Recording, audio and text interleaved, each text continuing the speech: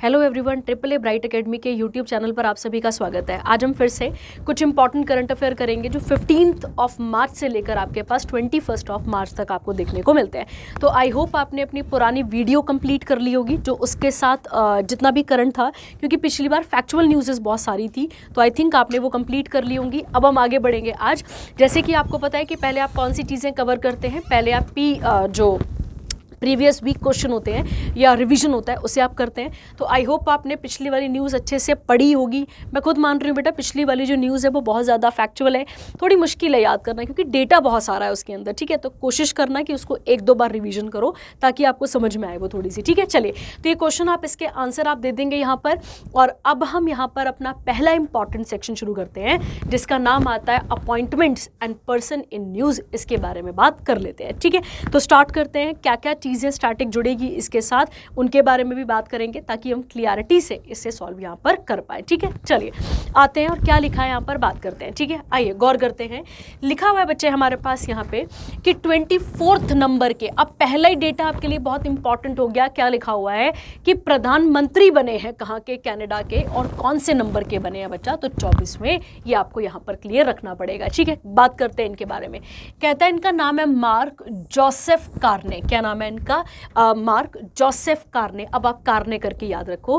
Carney की जब हम बात करते हैं तो ये उनका कनाडा का जो सेंट्रल बैंक है वहां पर, सेंट्रल बैंकर मतलब वहां पे एक मेंबर रहे हैं। And Canadian politician was appointed as 24th prime minister of Canada. क्या बने हैं बच्चे? ये 24वें नंबर के क्या बने हैं हमारे पास नहीं, कनाडा में क्या बने हैं? प्राइम मिनिस्टर बने हैं। ठीक है, अगर हम बात करें तो इन्होंने, अब क्या होता है, किस पार्टी से बिलोंग करते हैं तो इतना तो नहीं याद रखेगा, इतना पूछेगा भी नहीं, पर थोड़ा बहुत आपको पता होना चाहिए। Liberal party.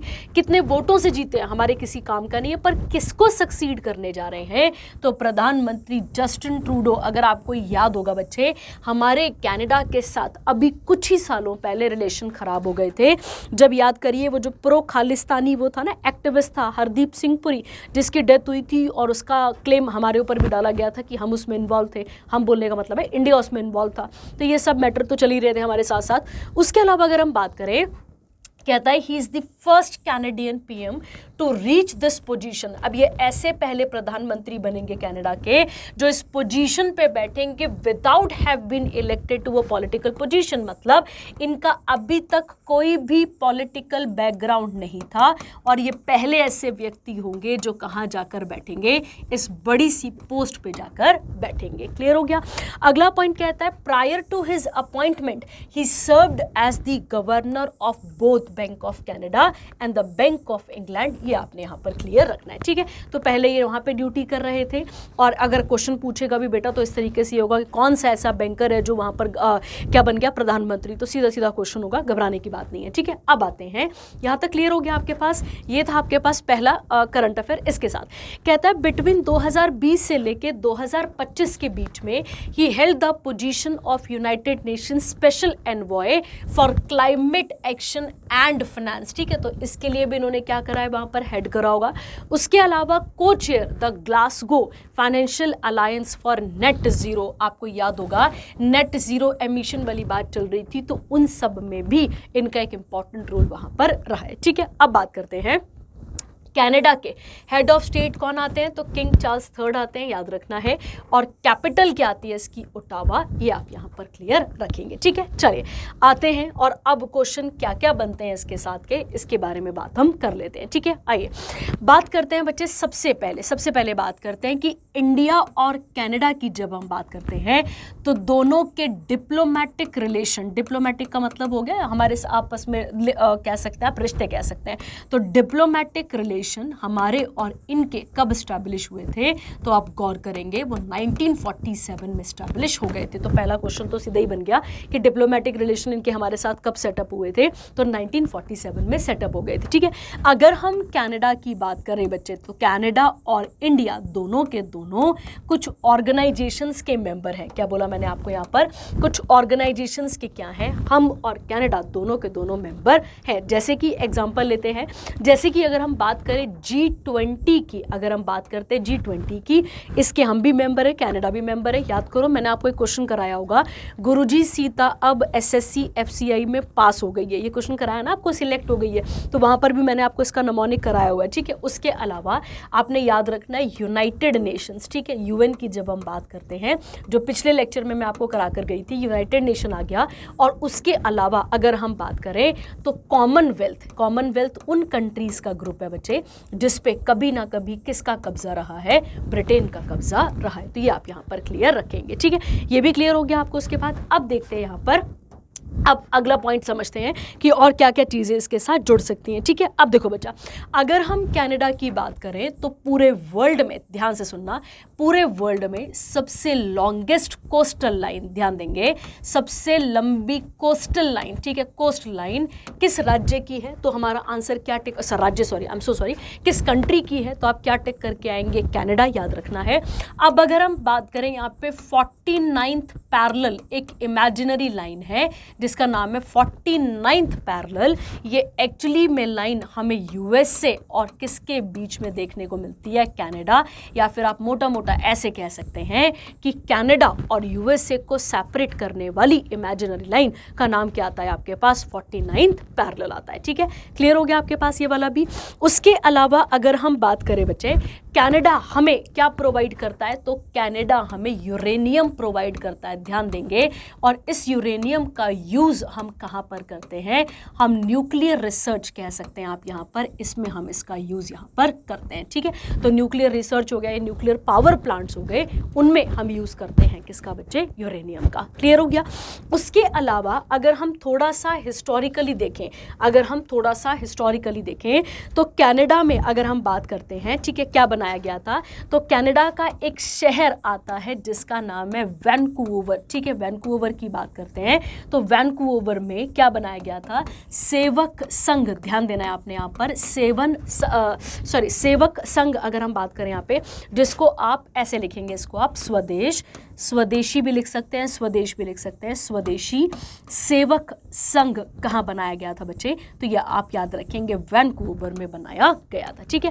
और कनाडा में जो आधे से ज़्यादा जनसंख्या है या मेजॉरिटी ऑफ पॉपुलेशन जो है वो इंडिया से है, और इंडिया में भी किस रीजन से ज़्यादा है? तो पंजाब से आपको ज़्यादा देखने को मिलती है। क्लियर हो गया।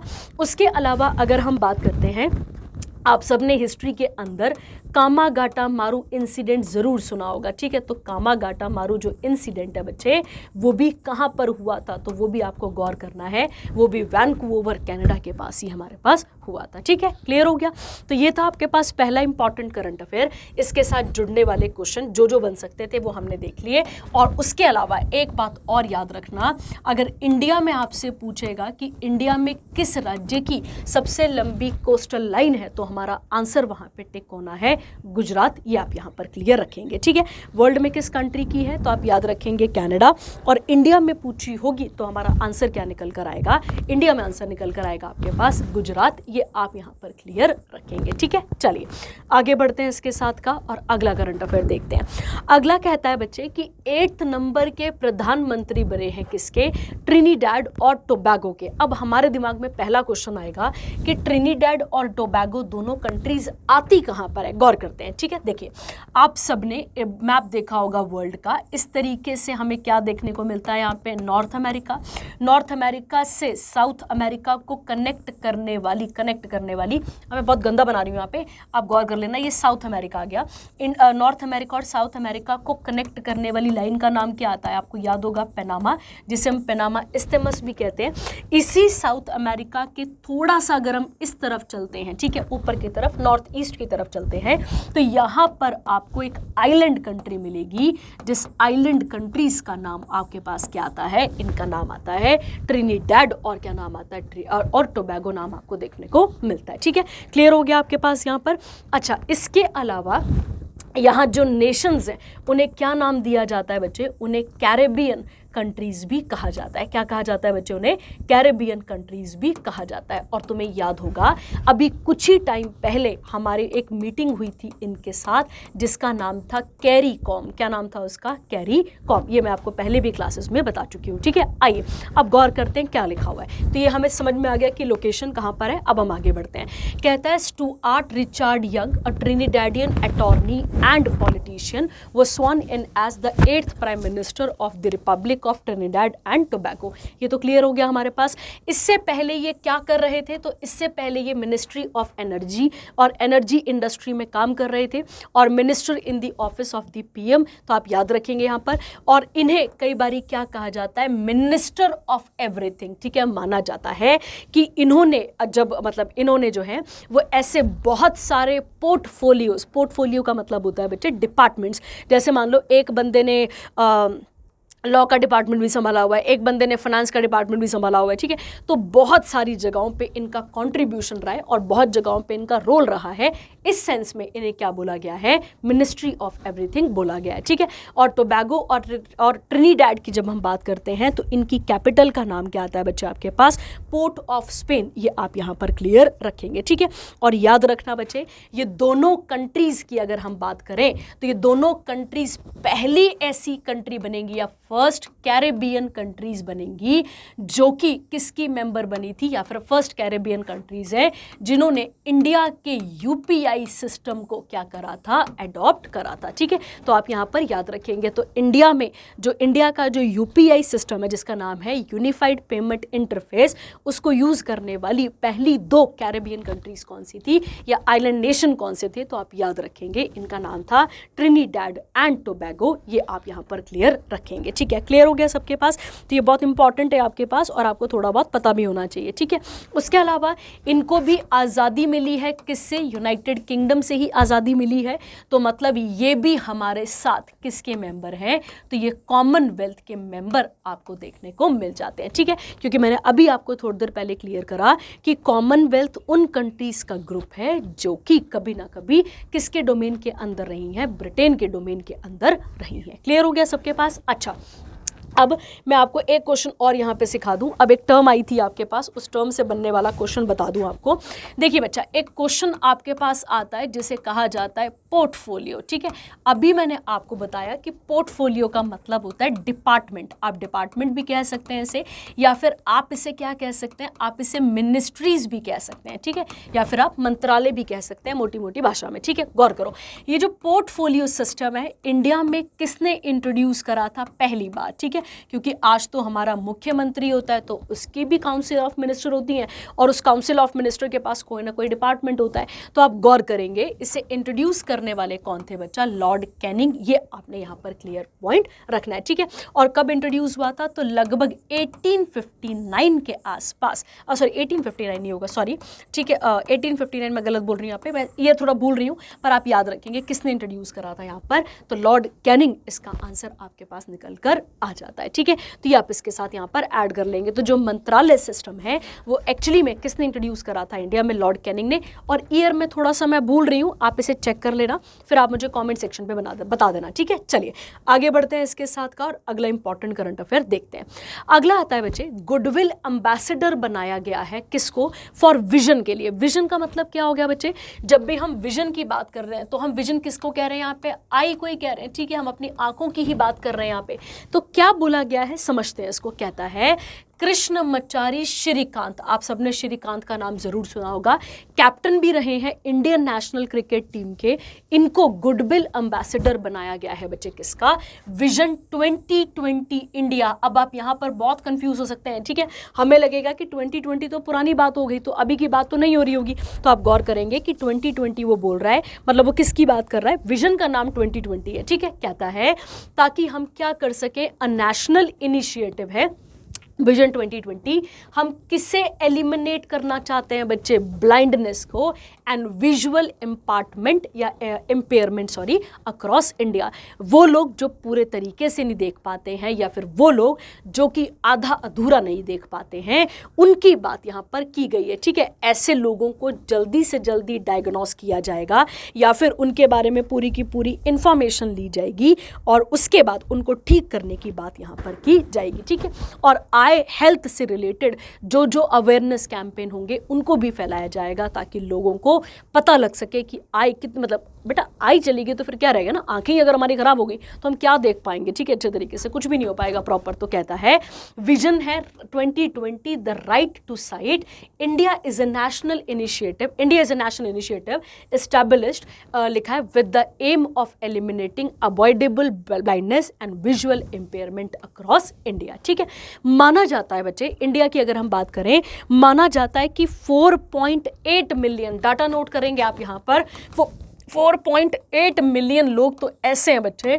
जो कि कंप्लीट ब्लाइंड है। अब आप इमेजिन करो 4.8 मिलियन जनसंख्या ऐसी है इंडिया में जो कि पूरे तरीके से क्या चल रही है बच्चे, यहाँ पे ब्लाइंड है, याद रखना है आपने।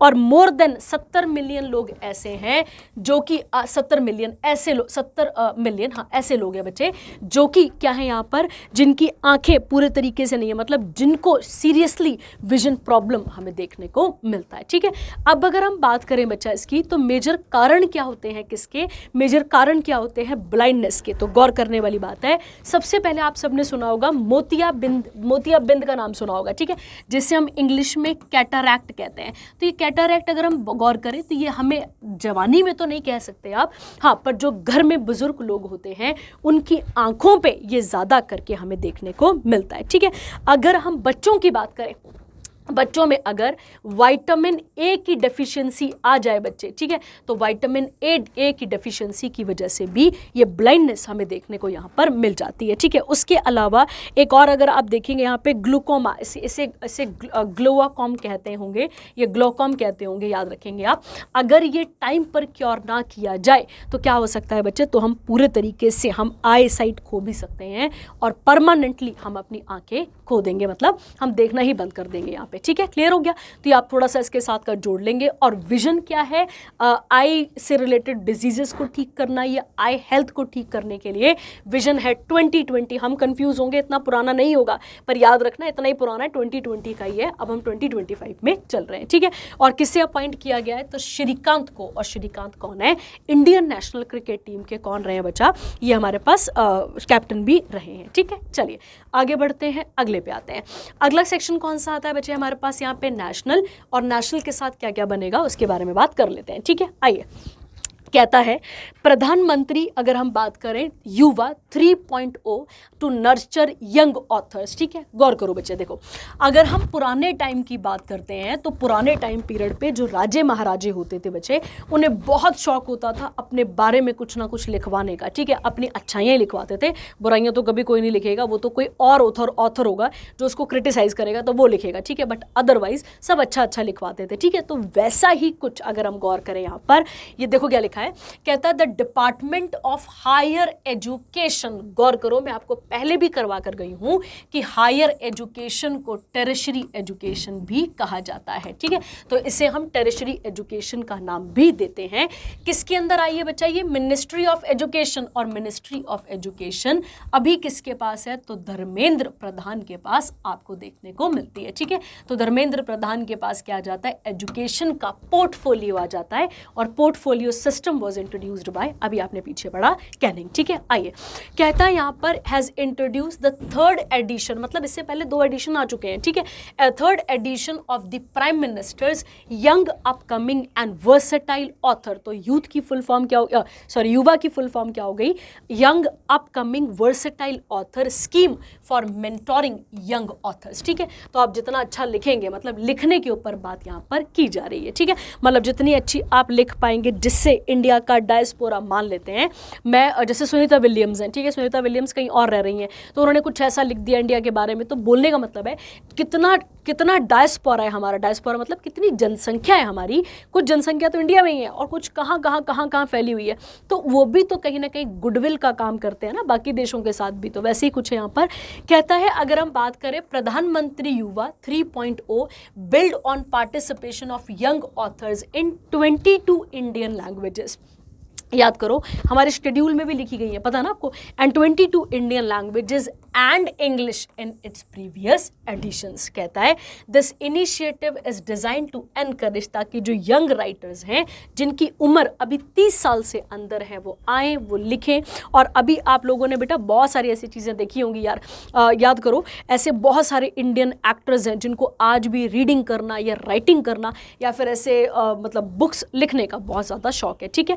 अब अगर हम बात करते हैं इंडिया का पहला राइटर विलेज, याद करो हमने पढ़ा था ये करंट अफेयर कि इंडिया का पहला राइटर विलेज कहां पर बनेगा, तो इसका आंसर क्या था बच्चे हमारे पास, उत्तराखंड, अगर आपको याद होगा तो, ठीक है। तो ये आप इसके साथ यहां पर क्लियर रखेंगे, ठीक है। तो सीधी सीधी बात है, हमें किसको बढ़ाना है यहाँ पे, यंग ऑथर्स के पार्टिसिपेशन को बढ़ाना है, मतलब इन्हें हमें मेकर ऑफ मॉडर्न इंडिया, मतलब मेकर ऑफ मॉडर्न इंडिया इन्हें कहा जा सकता है, ठीक है।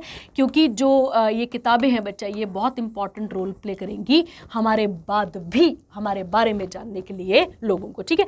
तो मेकर ऑफ मॉडर्न इंडिया मतलब कब से कब तक, 1950 से लेकर 2025 तक आप इसे यहाँ पर कवर कर सकते हैं, ठीक है। तो सारा डेटा इसमें नोट किया जाएगा ताकि हम एक एक चीज़ को यहाँ पर मेंशन कर सकें, ठीक है। चलिए आगे बढ़ते हैं इसके साथ का और अगला देखते हैं कौन सा आता है आपके पास, ठीक है। चलिए अगली न्यूज़ आती है, अच्छा इसी के साथ आगे आता है, कहता है ये जो स्कीम है वो किसको सपोर्ट करती है, मतलब कहाँ से स्टार्ट होती है, तो नेशनल एजुकेशन पॉलिसी 2020, मैंने आपको पहले भी बताया हुआ है कि पहली नेशनल एजुकेशन पॉलिसी पहली आई थी 1968 पे, दूसरी कब आई थी 1986 में।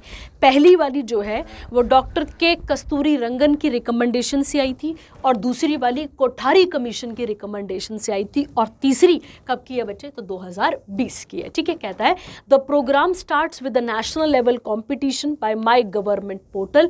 अब इसके बहुत सारे क्राइटेरिया, हमें क्राइटेरिया कभी नहीं सीखने, अगर तुम्हें राइटिंग का शौक होगा तो कर सकते हो, अदरवाइज इतना नहीं घुसना है इसमें, ठीक है। तो पोर्टल का नाम क्या है, माय गवर्नमेंट पोर्टल। ये कब से कब तक चलेगा, तो मार्च 11 2025 से लेकर अप्रैल 10 2025 तक ये चलेगा, ठीक है। कहता है globally women account for 32% of the total generative AI enrolment. कुछ याद करो, आपने पिछली करंट अफेयर में मैंने आपको बताया था कि जनरेटिव AI क्या होता है, पिछले में ही बता चुकी हूँ आपको। कहता है generative enrolment from India have search fourfold, ये हमने पिछले ही करंट अफेयर में यहाँ पर कवर कर लिया था, ठीक है। तो गौर करने वाली बातें हैं। अच्छा अब एक चीज़ और सोचो बच्चा, ठीक है, आप मुझे बताते हैं कि जो सस्टेनेबल, मैं आपको बताती हूँ, सस्टेनेबल डेवलपमेंट गोल नंबर जो 5 है बेटा, वो भी किसकी बातें करता है यहाँ पे, वो भी हमें जेंडर इक्वालिटी की बातें करता है, ठीक है। ऐड कर लेना, बस ऐसे ही बता रही हूँ आपको, जेंडर इक्वालिटी, अगर वुमेन्स का नाम आ ही गया तो आप जेंडर इक्वालिटी के पॉइंट पर इसको आप यहाँ पर देख सकते हैं, ठीक है। तो कौन सा वाला आ गया आपके पास यहाँ पे, सस्टेनेबल डेवलपमेंट गोल नंबर 5, ये आप यहाँ पर कवर कर सकते हैं, ठीक है। चलिए आगे आता है आपके पास और अगला देखते हैं।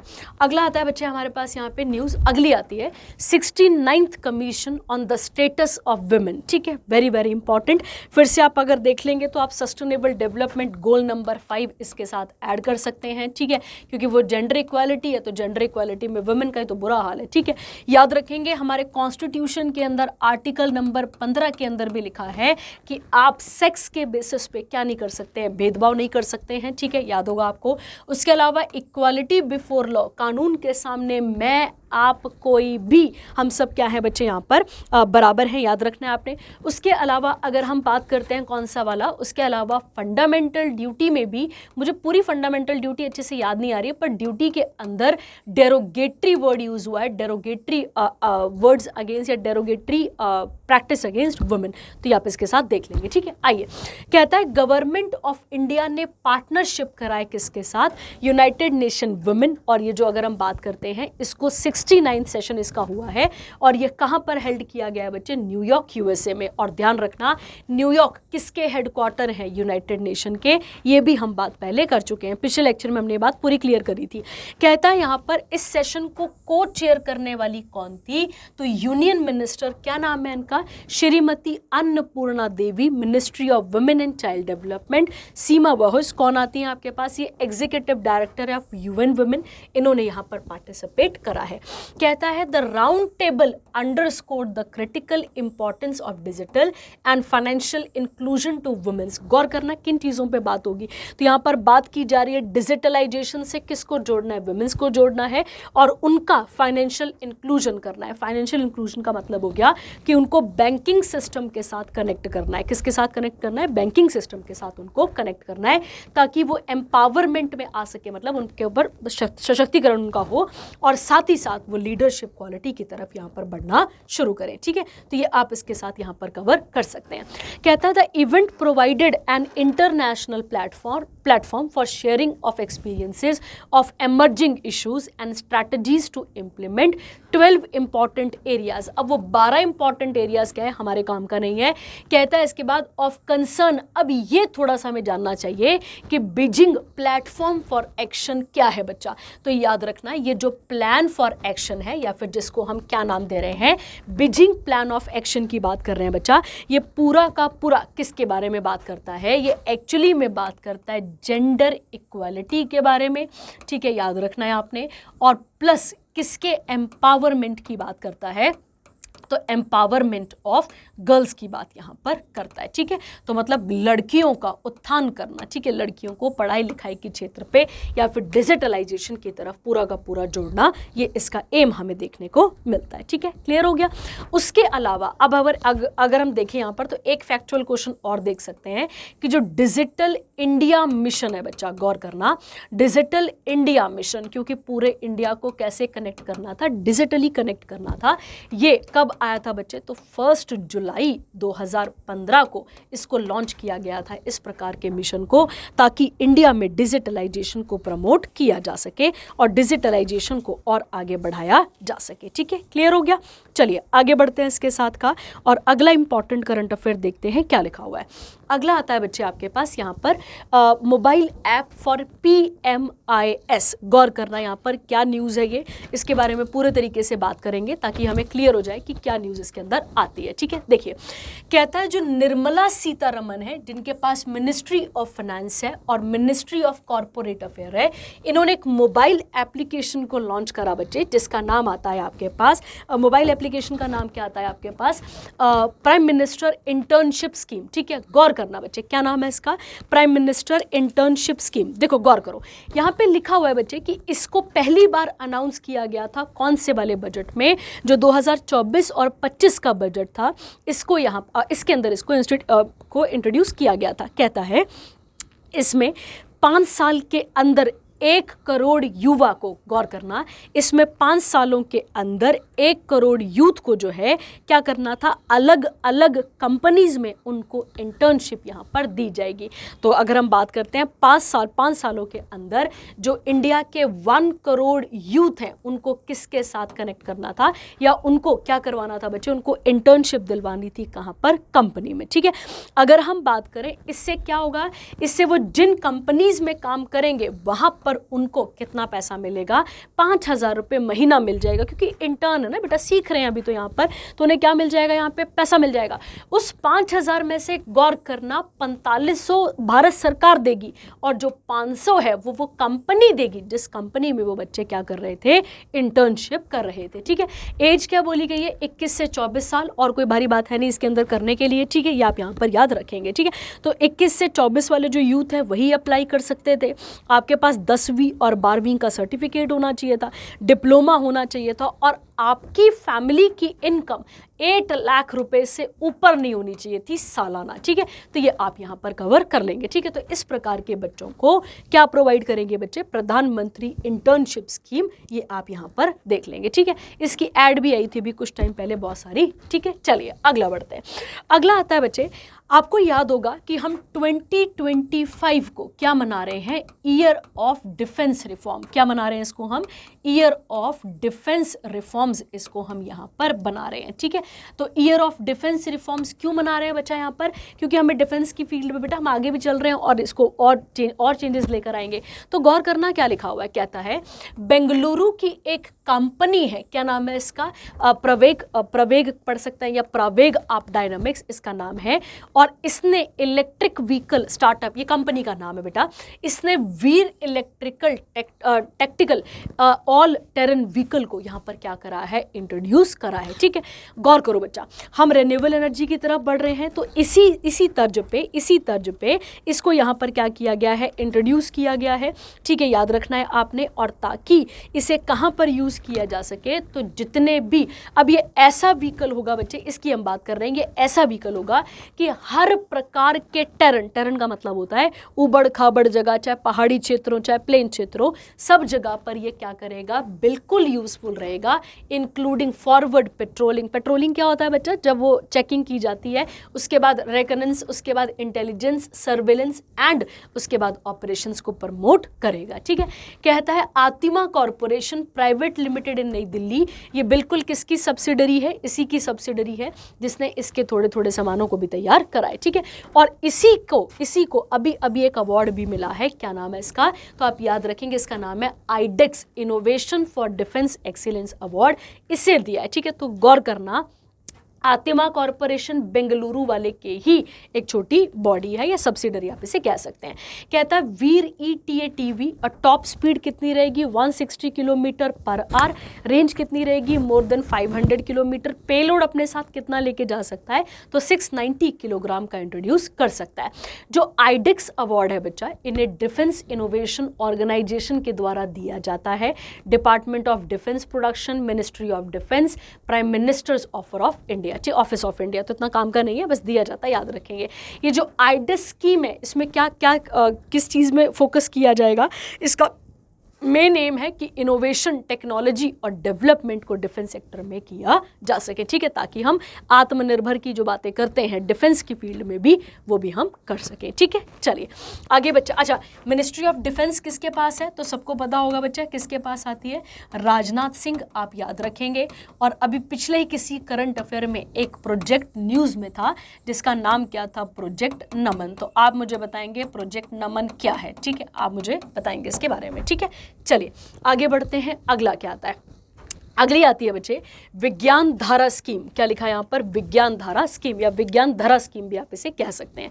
कहता है भारत सरकार ने लॉन्च करी है विज्ञान धारा स्कीम, ताकि क्या किया जा सके, इंडिया का जो रिसर्च है, जो साइंटिफिक रिसर्च है, इनोवेशन है और टेक्नोलॉजी डेवलपमेंट है, उसे और मजबूत और क्या किया जा सके, पक्का किया जा सके, ठीक है। तो कहता है इट मर्ज, अब यहाँ पे 3 अलग अलग स्कीमें थी, उनको मर्ज कर दिया गया है इन डिपार्टमेंट्स के द्वारा। तो डिपार्टमेंट आप पढ़ लेंगे, डिपार्टमेंट इतने काम का नहीं है, स्कीम पे फोकस करो। यहाँ पे क्या लिखा हुआ है, तो कहता है इस स्कीम का मेन एम क्या रहेगा बच्चे, इस स्कीम का मेन एम रहेगा कि हम ह्यूमन कैपेबिलिटी को इंक्रीज करें और ह्यूमन कैपेबिलिटी को इस तरीके से बढ़ाएं या इस तरीके से उसको आगे लेकर जाएं कि अगर देखो बेटा, हमें सबसे पहले क्या करना पड़ेगा, हमें क्या करना पड़ेगा, यहाँ पर पहले हमें यहाँ पर ह्यूमन कैपेबिलिटी को बढ़ाना पड़ेगा, ताकि हम किस फील्ड में आगे आ सकें, रिसर्च और टेक्नोलॉजी की फील्ड में क्या कर सकें, हम आगे आ सकें यहाँ पर। उसके अलावा अगर हम बात करते हैं बेटा, इसी के अंदर अगर हम बात करते हैं, इसी के अंदर जो लैब्स हैं हमारे पास, जहाँ पे साइंस और टेक्नोलॉजी की रिसर्च की जाती है, उस फील्ड को और पक्का करने के लिए हमें लैब्स भी तो अपग्रेडेड चाहिए। तो सीधी सीधी बात है, साइंस की फील्ड में क्या करना है, हमें आगे चीज़ों को बढ़ाना है, जिसके अंदर क्या लिखा है, हमें पहले ह्यूमन रिसोर्स की तरफ काम करना है, फिर promote basic translation and collaborative research करनी है, ड्राइव इनोवेशन अक्रॉस स्कूल्स में भी बताना है, industry startup ensure gender parity in science and technology field, position India as a global scientific leader through international partnership. तो बाकी कंट्रीज के साथ मिलकर हम यहाँ पर अपनी इस वाली फील्ड को पक्का और कर सकते हैं, ठीक है। तो इस सेंस में इसको बोला गया है, ठीक है। अगला कहता है इसके साथ का, कहता है आउटले कितना है, तो इतना काम का नहीं है, पर कौन सी कमीशन के अंदर था ये थोड़ा सा काम का है। 15 आ गया, ये क्या करेगा, साइंटिफिक पब्लिकेशंस को और आगे लेकर जाएगा, और इंडिया का रैंक ग्लोबली कितना आता है, 3rd, याद रखना है, ठीक है। इससे एकेडमी इंडस्ट्री अगर कोलैबोरेशन हो गया तो वो बढ़ेगा, जिससे इंटेलेक्चुअल प्रॉपर्टी क्रिएशन ये सब चीज़ें भी आगे बढ़ोतरी होंगी, ठीक है। जितना अच्छा हम प्लेटफॉर्म देंगे किसको, अपने साइंटिस्ट को, तो वो और भी ज़्यादा अच्छे प्रॉपर तरीके से काम आगे कर पाएंगे, ठीक है। चलिए आगे बढ़ते हैं इसके साथ का, और अगला इंपॉर्टेंट आपके पास क्या आता है, अगले इंपॉर्टेंट न्यूज़ है हमारे पास। कहता है इंडिया का पहला public private partnership based green waste processing plant को हम बनाने जा रहे हैं, ठीक है। आपको पता होगा कि हमारे इंडिया के क्लीनेस्ट सिटी है जिसका नाम क्या आता है, इंदौर, जो कि हमें मध्य प्रदेश में देखने को मिलती है, और लगातार 7 साल ये क्या रही है हमारे पास, ऐसी पहली स्टेट रही है जिसके पास क्या रहा है बच्चे, जिसके पास स्वच्छ भारत अभियान का टैग भी रहा है, ठीक है। बहुत ही क्लीनेस्ट सिटी आपको देखने को मिलती है, ठीक है। अब इसने क्या करा है बच्चे, इस स्टेट के अंदर क्या किया जाएगा, जितना भी ग्रीन वेस्ट होता है, अब जब भी हम ग्रीन वेस्ट की बात कर रहे हैं तो ग्रीन वेस्ट के अंदर घास आ जाएगी आपके पास, ठीक है, हो सकता है लकड़ी का चूरा आ जाएगा आपके पास। तो बोलने का मतलब हो गया कि जितनी भी ग्रीन वेस्ट है, ग्रीन वेस्ट मतलब लकड़ी हो गई, ब्रांचेस हो गई, लीव्स हो गए, फ्लावर हो गए, इन सब को क्या किया जाएगा, इको फ्रेंडली चीज़ों के अंदर कन्वर्ट किया जाएगा, ठीक है। एग्जाम्पल देती हूँ, आज हम जैसे गाँव की बात करते हैं तो चूल्हा जलाने के लिए कोयले का यूज़ किया जाता है, पेट्रोलियम का यूज़ किया जाता है, ठीक है, पेट्रोलियम तो नहीं सॉरी, केरोसिन का यूज़ किया जाता है। तो इन सब को रिप्लेस करना है, और हमें क्या लेकर आना है यहाँ पे, इको फ्रेंडली, मतलब यहाँ पे जितना भी ग्रीन वेस्ट है, सब्जियों का वेस्ट हो गया या पेड़ पौधे जो कटे हैं उनका वेस्ट हो गया, उन सबको क्या करना है, चेंज करके या इस वेस्ट प्रोसेसिंग प्लांट के अंदर ले जाकर क्या बनाएंगे, इसको हम लकड़ी को रिसाइकल करेंगे, उसकी ब्रांचेस को रिसाइकल करेंगे, और वहाँ से क्या बनाएंगे, वुडन पैलेट्स। वुडन पैलेट मतलब छोटे छोटे, आप ऐसे कह सकते हैं, छोटे छोटे कोयलों जैसे बनाएंगे, जो कि कहाँ पर यूज़ किया जाएगा, कोयले की जगह यूज़ किया जा सकता है, ठीक है। तो मध्य प्रदेश ऐसा पहला राज्य बनेगा जिसके अंदर ये सारी चीज़ें की जाएंगी, ठीक है। मध्य प्रदेश पिछले कुछ टाइम से हमारे पास बार बार न्यूज़ में है, क्यों, याद करिए, इंडिया का एक टाइगर रिजर्व बना था, क्या नाम था उसका, माधव, ठीक है, माधव नेशनल पार्क, जो कि अभी अभी क्या बना था, टाइगर रिजर्व बना था। वो भी कहाँ पर आता है आपके पास, मध्य प्रदेश में।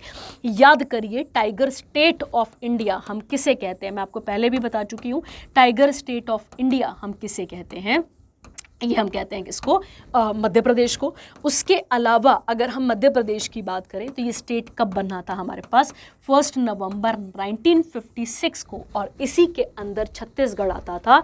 और छत्तीसगढ़ कब अलग हुआ है बच्चे, तो सन 2000 में मध्य प्रदेश से अलग करके छत्तीसगढ़ बनाया गया था, ठीक है। लाइफलाइन ऑफ मध्य प्रदेश किस नदी को कहा जाता है, तो लाइफलाइन ऑफ मध्य प्रदेश किस नदी को कहा जाता है, नर्मदा को। ये आप यहाँ पर क्लियर रखेंगे, ठीक है, किसे कहा जाता है, नर्मदा को। और नर्मदा की जब भी हम बात करते हैं, ठीक है, नर्मदा की जब भी हम बात करते हैं तो ये इसी के ऊपर गुजरात में, गौर करना, मध्य प्रदेश में नहीं, इसी के ऊपर गुजरात में इंडिया का टॉलेस्ट स्टैच्यू है जिसका नाम है स्टैच्यू ऑफ यूनिटी। ये आप इसके साथ ऐड कर लेंगे, ठीक है। चलिए आगे बढ़ते हैं इसके साथ का। अच्छा, एक आपको और याद होगा, व्हाइट टाइगर ब्रीडिंग सेंटर, वो भी कहाँ खोला गया था, तो वो भी मध्य प्रदेश में ही खोला गया था, ठीक है। चलिए आगे बढ़ते हैं इसके साथ का। अगला क्या आता है, अगला आता है नॉर्थ इंडिया का पहला न्यूक्लियर पावर प्लांट खुलेगा कहाँ पर बच्चे, हरियाणा में। ये मैं क्वेश्चन आपको कई बार बता चुकी हूँ कि हमारे पास 22 न्यूक्लियर रिएक्टर्स हैं, याद रखना है आपने, और उसमें 7 पावर प्लांट है। मैं आपको कई बार क्लासेस में भी ये बता चुकी हूँ, जिसके अंदर अगर हम बात करें तो एक और नॉर्थ इंडिया का पहला न्यूक्लियर पावर प्लांट बनेगा जिसका नाम क्या होगा, गोरखपुर। हम कंफ्यूज कहाँ पर होते हैं, हमें लगता है कि गोरखपुर कहाँ पर आएगा, गोरखपुर आएगा यूपी में, ठीक है, क्योंकि जगह यूपी में है ये। बिल्कुल नहीं, गोरखपुर आपके पास कहाँ पर आएगा, ये आएगा गोरखपुर, जगह यूपी में ही है, पर गोरखपुर पावर प्लांट कहाँ पर है, तो हरियाणा इसका आंसर आपको देखने को मिलता है, ठीक है। इसके अलावा एक और बन रहा है जिसका नाम है जैतपुर एटॉमिक पावर प्लांट, ठीक है, याद रखना ये जैतपुर एटॉमिक पावर प्लांट कहाँ बन रहा है बच्चे, महाराष्ट्र में। ये आप यहाँ पर क्लियर रखेंगे, ठीक है। आपको मैं क्लासेस में बता भी चुकी हूँ इसके बारे में कई बारी, ठीक है। उसके अलावा अगर हम बात करें बच्चे, इंडिया का पहला एटॉमिक पावर प्लांट या न्यूक्लियर पावर प्लांट कौन सा था, तो इसका आंसर आपके पास निकल कर आता है तारापुर। और तारापुर कहाँ पर आता है बच्चे, महाराष्ट्र में। कब बना था ये, 1969 में। जब जब तमिलनाडु न्यूज में आया तो मैंने आपको एक और करवाया था, कुंदनकुलम, जिसको बनाने में हमारी मदद कौन कर रहा है, रशिया, याद रखना है आपने। और ये कुंदनकुलम आपको कहाँ कब बना था, ये वाला 2013 में, ठीक है। ये मैं आपको बता चुकी हूँ, ठीक है। इसका पूरा चार्ट एक बताया हुआ मैंने आपको पहले भी, ठीक है। कहता है अगला, कहता है द JNP, अब JNP यही वाला है बेटा, Jaitpur nuclear power plant will consist of 6 reactors and each having a capacity of 13 megawatt, ठीक है, 30 मेगावाट। तो ये आप इसके साथ पढ़ लेंगे, इतना गीगावाट वाला तो चलो मुश्किल है याद करना, पर थोड़ा सा देखो यहाँ पे क्या लिखा है। कहता है अगर ये प्लांट पूरे तरीके से काम कर गया तो क्या हो जाएगा, यहाँ पे ये इंडिया का जो एनर्जी गोल है उसमें कितना % कॉन्ट्रीब्यूट करेगा, 10%। और to India's target to achieve 100 gigawatt nuclear energy by 2047। तो हमारा एक नारा कह सकते हैं या हमारा एक आइडिया है कि 2047 तक हमें क्या करना है बच्चे, 2047 तक हमें न्यूक्लियर एनर्जी को, मतलब न्यूक्लियर एनर्जी के तहत हमें 100 गीगावाट एनर्जी पहुंचानी है। तो वो हम यहाँ से अचीव कर पाएंगे अगर ऐसे ऐसे करके प्लांट प्रॉपर तरीके से चल गए तो, ठीक है। क्लियर हो गया आपके पास। उसके अलावा अगर हम बात करते हैं बच्चे, उसके अलावा अगर हम बात करते हैं, और भी हमारे पास 7 इंपॉर्टेंट न्यूक्लियर पावर प्लांट्स हैं जो कि मैं आपको क्लासेस में भी करा चुकी हूँ। आप मुझे उसका टेबल बना कर देंगे इसके कमेंट सेक्शन पे, ठीक है। चलिए आगे बढ़ते हैं। अगला इंपॉर्टेंट सेक्शन कौन सा आता है आपके पास यहाँ पे, इंटरनेशनल। और इंटरनेशनल के अंदर क्या क्या चीज़ें लिखी गई हैं इसके बारे में अच्छे तरीके से बात कर लेते हैं, ठीक है। आइए, बहुत इंपॉर्टेंट करंट अफेयर है ये वाला हमारे पास, और इसके साथ चीज़ें क्या क्या बनती हैं उसको यहाँ पर देख लेते हैं, ठीक है। आइए, कहता है, अब आप कंफ्यूज करेंगे, मुझे पूरा भरोसा है, क्योंकि हमें लगेगा कि इंडिया की तो अभी तक कितनी यूनेस्को साइट्स हैं, 43 ही साइट है ना, तो आज भी 43 है। तो ये पहले क्लियर रखना अपने पास, ठीक है। ये मत सोच लेना कि इंडिया को नई हेरिटेज साइट मिल गई, बिल्कुल नहीं। अभी साइटें कितनी है अपने पास, 43 हैं, ये आप यहाँ पे याद रखो, ठीक है। अब पढ़ो क्या लिखा है। कहता है 6 इंडियन साइट्स को ऐड किया गया है यूनेस्को के अंदर, नहीं, यूनेस्को की एक लिस्ट है जिसका नाम क्या है, टेंटेटिव लिस्ट, इसके अंदर ऐड किया गया है। अब हमारे दिमाग में क्वेश्चन आएगा कि ये टेंटेटिव लिस्ट कौन सी होती होगी, ठीक है। देखो बच्चा ध्यान से सुनते हैं, ठीक है। देखो क्या होता है, कहता है टेंटेटिव लिस्ट बेटा एक कह सकते हैं आप यहाँ पे, टेंटेटिव लिस्ट के अंदर ऐड होना का एक प्रॉपर पूरे तरीके का क्या होता है, एक प्रोसेस होता है, ठीक है, कि टेंटेटिव लिस्ट के अंदर आप कैसे ऐड हो सकते हैं, ठीक है। मैं आपको समझा हूं, देखो कहता है किसी भी साइट को अगर किसके अंदर ऐड होना है, वर्ल्ड हेरिटेज साइट बनना है या फिर उसे ऐड होना है किसके अंदर बच्चा, अगर उसे ऐड होना होता है किसके अंदर, टेंटेटिव लिस्ट के अंदर, तो वो टेंटेटिव लिस्ट कौन प्रोवाइड करता है, वो स्टेट प्रोवाइड करता है, मतलब वो कंट्री प्रोवाइड करती है। मतलब हमारे इंडिया से अब कौन कौन सी और यूनेस्को साइटें बन सकती हैं, ये कौन डिसाइड करेगी, कौन सी लिस्ट में हम नाम देंगे, तो ये टेंटेटिव लिस्ट हमारी चीज़ों को तैयार करेगी, ठीक है।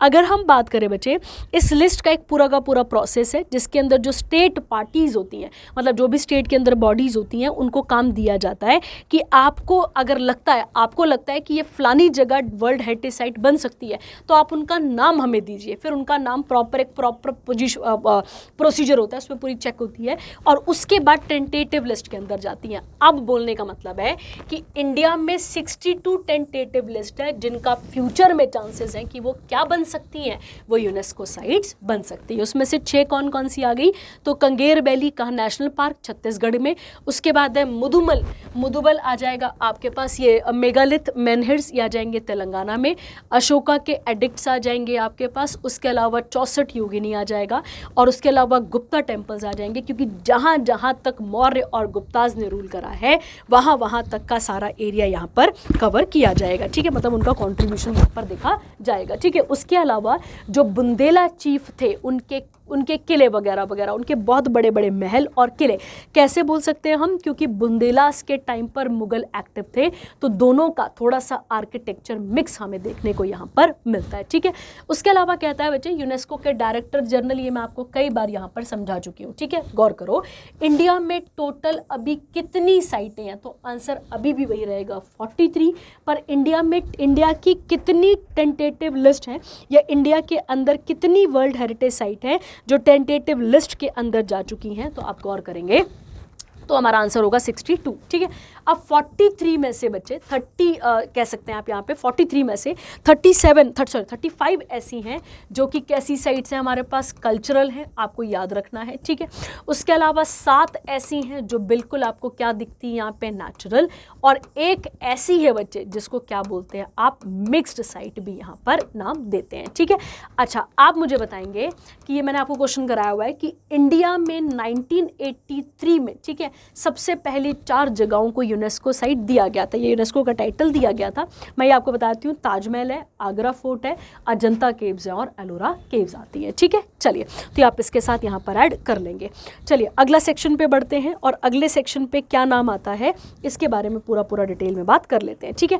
अगला आता है बच्चे आपके पास अवार्ड्स एंड ऑनर्स, और अवार्ड्स एंड ऑनर्स के अंदर रिसेंटली यूनाइटेड किंगडम का एक डिजिटल ट्रांसफॉर्मेशन अवार्ड मिला है, किसको, हमारी आरबीआई को। किसे मिला है बच्चे, इंडिया की सेंट्रल बैंक को या बैंकर्स बैंक को, जिसका नाम क्या आता है, आरबीआई। क्यों मिला है इनको बच्चे, तो गौर करने वाली बात है, क्योंकि इन्होंने टेक्नोलॉजी के साथ अपने आप को बढ़ाते हुए 2 प्लेटफॉर्म्स कह सकते हैं, 2 ऐप कह सकते हैं, एप्लीकेशंस कह सकते हैं, उन्हें इंट्रोड्यूस करा था, जिसमें से एक का नाम है सारथी और एक का नाम आता है परवाह। क्या नाम आता है, परवाह। परवाह की फुल फॉर्म है platform for regulatory application validation and authorisation, ठीक है। ये तो क्लियर हो गया आपके पास। अब बात करते हैं कि किस किस में क्या क्या चीज़ें हैं, ठीक है। अवार्ड देने वाला कौन है, तो आप याद रखेंगे यूके का डिजिटल ट्रांसफॉर्मेशन अवार्ड है ये वाला। अब इसमें 2 कौन सी एप्लीकेशंस थी, तो याद रखेंगे सारथी और प्रवाह, ठीक है। आइए, कहता है जो सारथी है बच्चा, the word Sarathi is derived from Hindi, जिसका मतलब होता है साथ चलने वाला, आप कह सकते हैं, ठीक है, आगे चलने वाला, या सारथी आप उसे यहाँ पर कह सकते हैं, ठीक है। कहता है बच्चे यहाँ पर, कहता है इस सिस्टम को इंट्रोड्यूस किया गया था 2023 में। ये क्यों लाया गया था, ये इसको डिज़ाइन किया गया था ताकि डिजिटलाइज किया जा सके किसको, जो जितने भी काम हैं आरबीआई के अंदर, जो वर्क फ्लो है, इसे और आसान बनाने के लिए, ताकि जो एम्प्लॉयज़ हैं वो डेटा को स्टोर कर सके, डॉक्यूमेंट्स को शेयर कर सके, और अगर रिकॉर्ड का मैनेजमेंट रख सकें, और उसके साथ साथ इसी के अंदर डाटा एनालिसिस और भी बहुत सारी चीज़ें थी, इसको यहाँ पर लॉन्च किया गया था, ठीक है। जब हम परवाह की बात करते हैं बच्चा, जब हम किसकी बात करते हैं यहाँ पे, परवाह की बात करते हैं। परवाह के अंदर क्या था बच्चे, कि जैसे मान लेते हैं, अब मैं आपको एग्जांपल देती हूँ, देखो क्या होता है, परवाह का मतलब क्या हो गया, स्मूथ फ्लो हो गया। तो आरबीआई को बहुत सारी बॉडीज़ को, बहुत सारे बैंक्स को, बहुत सारी ऐसे कह सकते हैं एनबीएफसीज को लाइसेंस प्रोवाइड करना होता है। तो अब आपको लाइन में नहीं लगना पड़ेगा, अब आपके पास एक एप्लीकेशन है जिसका नाम है प्रवाह, जहां पर आप जाकर किसी भी प्रकार के अप्रूवल जो कि आरबीआई से लगते होंगे, लाइसेंस, अथॉराइजेशन, आप ये सारी चीज़ें यहाँ पर ले सकते हैं, ठीक है। कहता है all the document submitted and process through this platform, फिर इनको रखा जाता है सारथी डाटाबेस के अंदर, और उसके बाद फिर इनको हैंडल किया जाता है कैसे, डिजिटली, आरबीआई के ऑफिस के द्वारा, ठीक है। तो ये आपने यहाँ पर क्लियर रखना है। कहता है ये जो अवार्ड था, the 12th annual industry award recognising excellence in central banking community, और किसे मिला है इंडिया में, तो आप याद रखेंगे आरबीआई, वेरी वेरी इंपॉर्टेंट। और आरबीआई के अभी गवर्नर कौन चल रहे हैं हमारे पास, याद करिए, संजय मल्होत्रा, ठीक है। और संजय मल्होत्रा कौन से नंबर के हमारे पास आरबीआई गवर्नर हैं, तो आप याद रखेंगे 26 नंबर के गवर्नर, आरबीआई गवर्नर हमें देखने को मिलते हैं, ठीक है। चलिए आगे बढ़ते हैं इसके साथ का, और अगला देखते हैं। अगला आता है हॉलबर्ग प्राइज़, ठीक है। क्या नाम है इसका, हॉलबर्ग। तो पहले हॉलबर्ग प्राइज़ के बारे में जानते हैं, फिर न्यूज़ पे आते हैं, ठीक है। क्या लिखा है देखो, कहता है ये एक इंटरनेशनल अवार्ड है जो कि प्रेजेंट किया जाता है एनुअली नॉर्वे के द्वारा। ये नॉर्वे की गवर्नमेंट देती है, उन स्कॉलर्स को दिया जाता है जिन्होंने एक्सेप्शनल कॉन्ट्रीब्यूशन दिया है, किस फील्ड में, आर्ट्स में, ह्यूमैनिटीज़ में, सोशल साइंसेज में, लॉ, और कहाँ पर, थियोलॉजी में। मतलब सीधी सीधी बात है, जो कह सकते हैं आप यहाँ पे जो आर्ट्स के सब्जेक्ट है या जो आर्ट्स की फील्ड है उस फील्ड में इसे ये अवार्ड यहाँ पर दिया जाता है। ठीक है, क्लियर हो गया आपके पास पहले। और इसके साथ का क्या लिखा है, इसकी स्थापना कब हुई थी, 2003 में। याद रखना किसके नाम पर है, तो उनका नाम क्या आता है, लुडविग आ जाएगा हॉलबर्ग, इनके नाम पर ये दिया जाता है। और इसी को नोबेल प्राइज भी कहा जाता है या नोबेल प्राइज की तरह से ट्रीट किया जाता है, जो कि इन पर्टिकुलरली फील्ड में दिया जाता है। ठीक है, अब आते हैं क्या लिखा है समझते हैं। इंडिया की एक लिटरेरी थियोरिस्ट है और पोस्ट कॉलोनियल स्कॉलर है, क्या नाम है इनका, गायत्री चक्रवर्ती। क्या नाम आएगा, स्पीवक, आप याद रखेंगे इनको। ये कहाँ पे, ये वैसे भी ह्यूमैनिटीज़ की प्रोफेसर है कोलंबिया यूनिवर्सिटी में। इनको ये अवार्ड दिया गया है। क्यों दिया गया है, क्योंकि इन्होंने पोस्ट कॉलोनियल स्टडीज़ को करा है एंड फेमिनिस्ट थ्योरी और उसके साथ साथ क्रिटिसिज्म भी वहाँ पर करा है। ठीक है, प्राइज वैल्यू आप इसके साथ देख लेंगे और कौन प्रोवाइड करता है, ये कंप्लीट हो गया। ठीक है, चलिए आगे बढ़ते हैं इसके साथ का। अच्छा, नॉर्वे की कैपिटल ओस्लो, करेंसी क्या जाएगी आपके पास, करोना। ठीक है, चलिए अगला आता है रामनाथ गोइंक अवार्ड मिला है या गोइंका अवार्ड मिला है किसको, किस फील्ड में दिया जाता है, पहले तो ये समझो जर्नलिज्म की फील्ड में दिया जाता है। इसका 19वां एडिशन कंप्लीट हो चुका है। ये किसे दिया गया है, ध्यान से सुनेंगे यहाँ पर। इस इवेंट को ऑनर किया गया, 27 जर्नलिस्ट थे, 20 अलग अलग कैटेगरी थी, जिसमें investigate journalism, sports, politics, government, book, feature writing और बहुत सारे इसके अंदर पैरामीटर्स थे।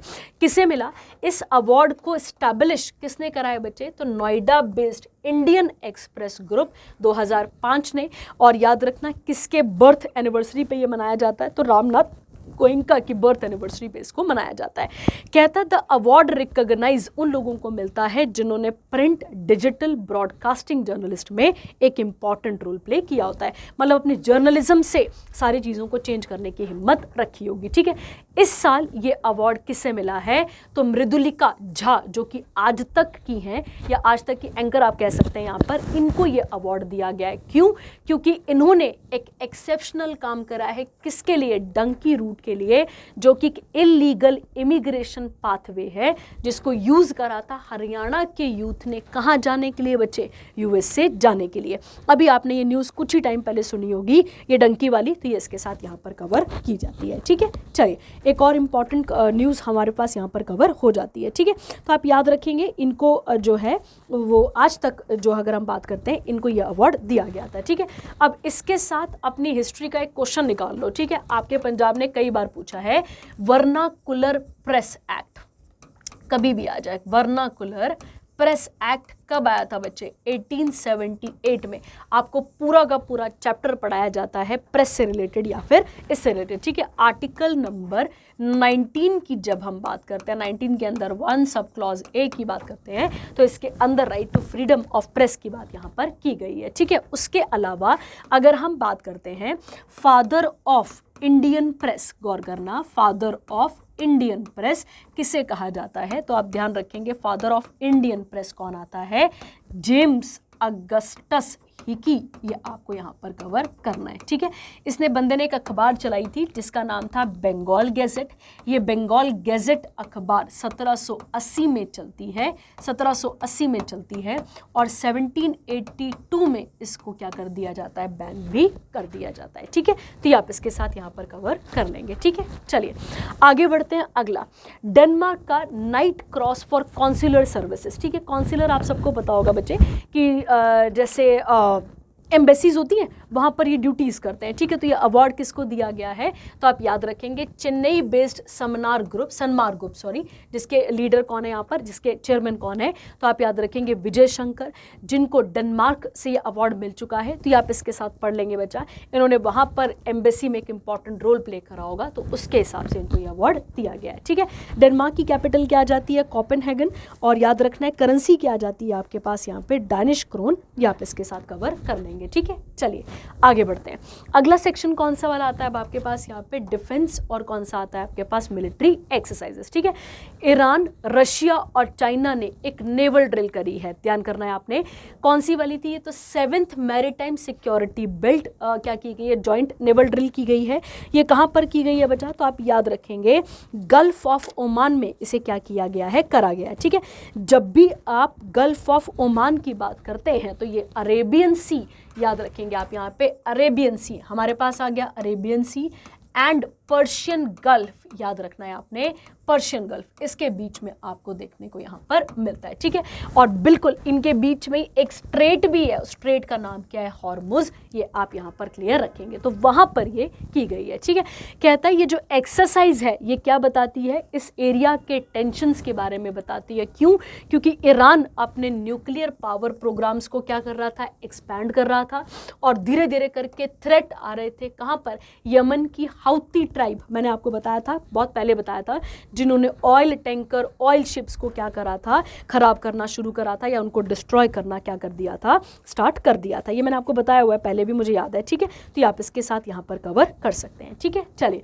कहता है इसके बाद का और भी बहुत सारी कंट्रीज़ थी जिसमें क्या थी आपके पास, ऑब्जर्वर थी, नहीं याद रहेगा इतना ज़्यादा, बस इतना याद रखो कि नेवल ड्रिल कहाँ पर हुआ था, स्ट्रेट ऑफ हॉर्मुज में और गल्फ ऑफ ओमान, आपको यहाँ पर कवर करना है। ठीक है, चलिए अगला आता है इंडिया और फ्रांस की एक्सरसाइज, क्या नाम आता है इसका, वरुण, कहाँ पर करवाई गई है, अरेबियन सी में करवाई गई है, याद रखना है। ये एक्सरसाइज पहली बार शुरू की गई थी 1993 में, उसके बाद इसका नाम क्या रखा गया आपके पास यहाँ पे, वरुणा, 2001 में, और बिल्कुल हमारा और हमारा और फ्रांस का मैरीटाइम कॉपरेशन बढ़ाना है, इसके साथ ये एक्सरसाइज जुड़ जाती है। ठीक है, सीधा फैक्चुअल है और कुछ नहीं करना है। पेरिस के प्रेसिडेंट आप सबको पता है, फ्रांस के प्रेसिडेंट आपको पता है मैक्रोन, और कैपिटल क्या आती है, पेरिस, और करेंसी आती है यूरो। चलिए अगली कौन सी फील्ड आती है अब आपके पास यहाँ पे, साइंस एंड टेक, और इसके बारे में भी बात कर लेते हैं। ठीक है, आइए, कहता है इसरो ने अब गौर करना, इसरो हमारी कौन सी वाली बॉडी है बच्चे, स्पेस रिलेटेड बॉडीज़ है, जो कि सारे के सारे स्पेस रिलेटेड एक्सपीडिशंस को क्या करती रहती है, कवर करती रहती है। इसके साथ कवर करेंगे और देखते हैं क्या लिखा गया है। ठीक है, देखो आप अगर नोटिस कर पा रहे होंगे, इस पिक्चर पे बाद में आते हैं, यहीं से शुरू करते हैं। देखिए क्या लिखा है, कहता है बेंगलुरु बेस्ड इसरो की अगर हम बात करें तो एक और इम्पॉर्टेंट माइलस्टोन अपने, या फिर ऐसा कह सकते हैं एक और क्या कह सकते हैं आप इसे, अचीवमेंट को अपने पास रख लिया किसने, हमारी इसरो ने। ठीक है, क्या करा है उसने D docking it space and docking experiment satellite को क्या करा है, इसको मतलब कि कह सकते हैं आप यहाँ पे इस फील्ड में अचीवमेंट पा ली है। ये जो अचीवमेंट है इसके कारण इंडिया चौथी कंट्री बन चुका है, चाइना, रशिया और यूएसए के बाद, ताकि वो स्पेस के ऊपर डॉकिंग टेक्नोलॉजी को आगे बढ़ा सके। ठीक है, ये जो टेक्नोलॉजी है ये थोड़ी सी क्रिटिकल है, और इसका यूज़ अब मैं इस पे बाद में आती हूँ, पहले मैं आपको डॉकिंग टेक्नोलॉजी के बारे में बता देती हूँ। ठीक है, गौर करते हैं और समझते हैं। ठीक है, देखो बच्चे, जब भी हम स्पेस डॉकिंग की बात करते हैं, स्पेस डॉकिंग का मतलब होता है एक स्पेसक्राफ्ट को, गौर करो यहाँ पे, ये स्पेसक्राफ्ट नंबर ए है, ये स्पेसक्राफ्ट नंबर बी है, तो इन दोनों स्पेसक्राफ्ट को एक दूसरे से कनेक्ट करना, जोड़ना, इसे कहा जाता है बच्चे डॉकिंग। क्या कहा जाता है इसे, डॉकिंग। मतलब दो अलग अलग स्पेसक्राफ्ट को या सैटेलाइट्स को जब आप क्या करते हैं, जोड़ते हैं।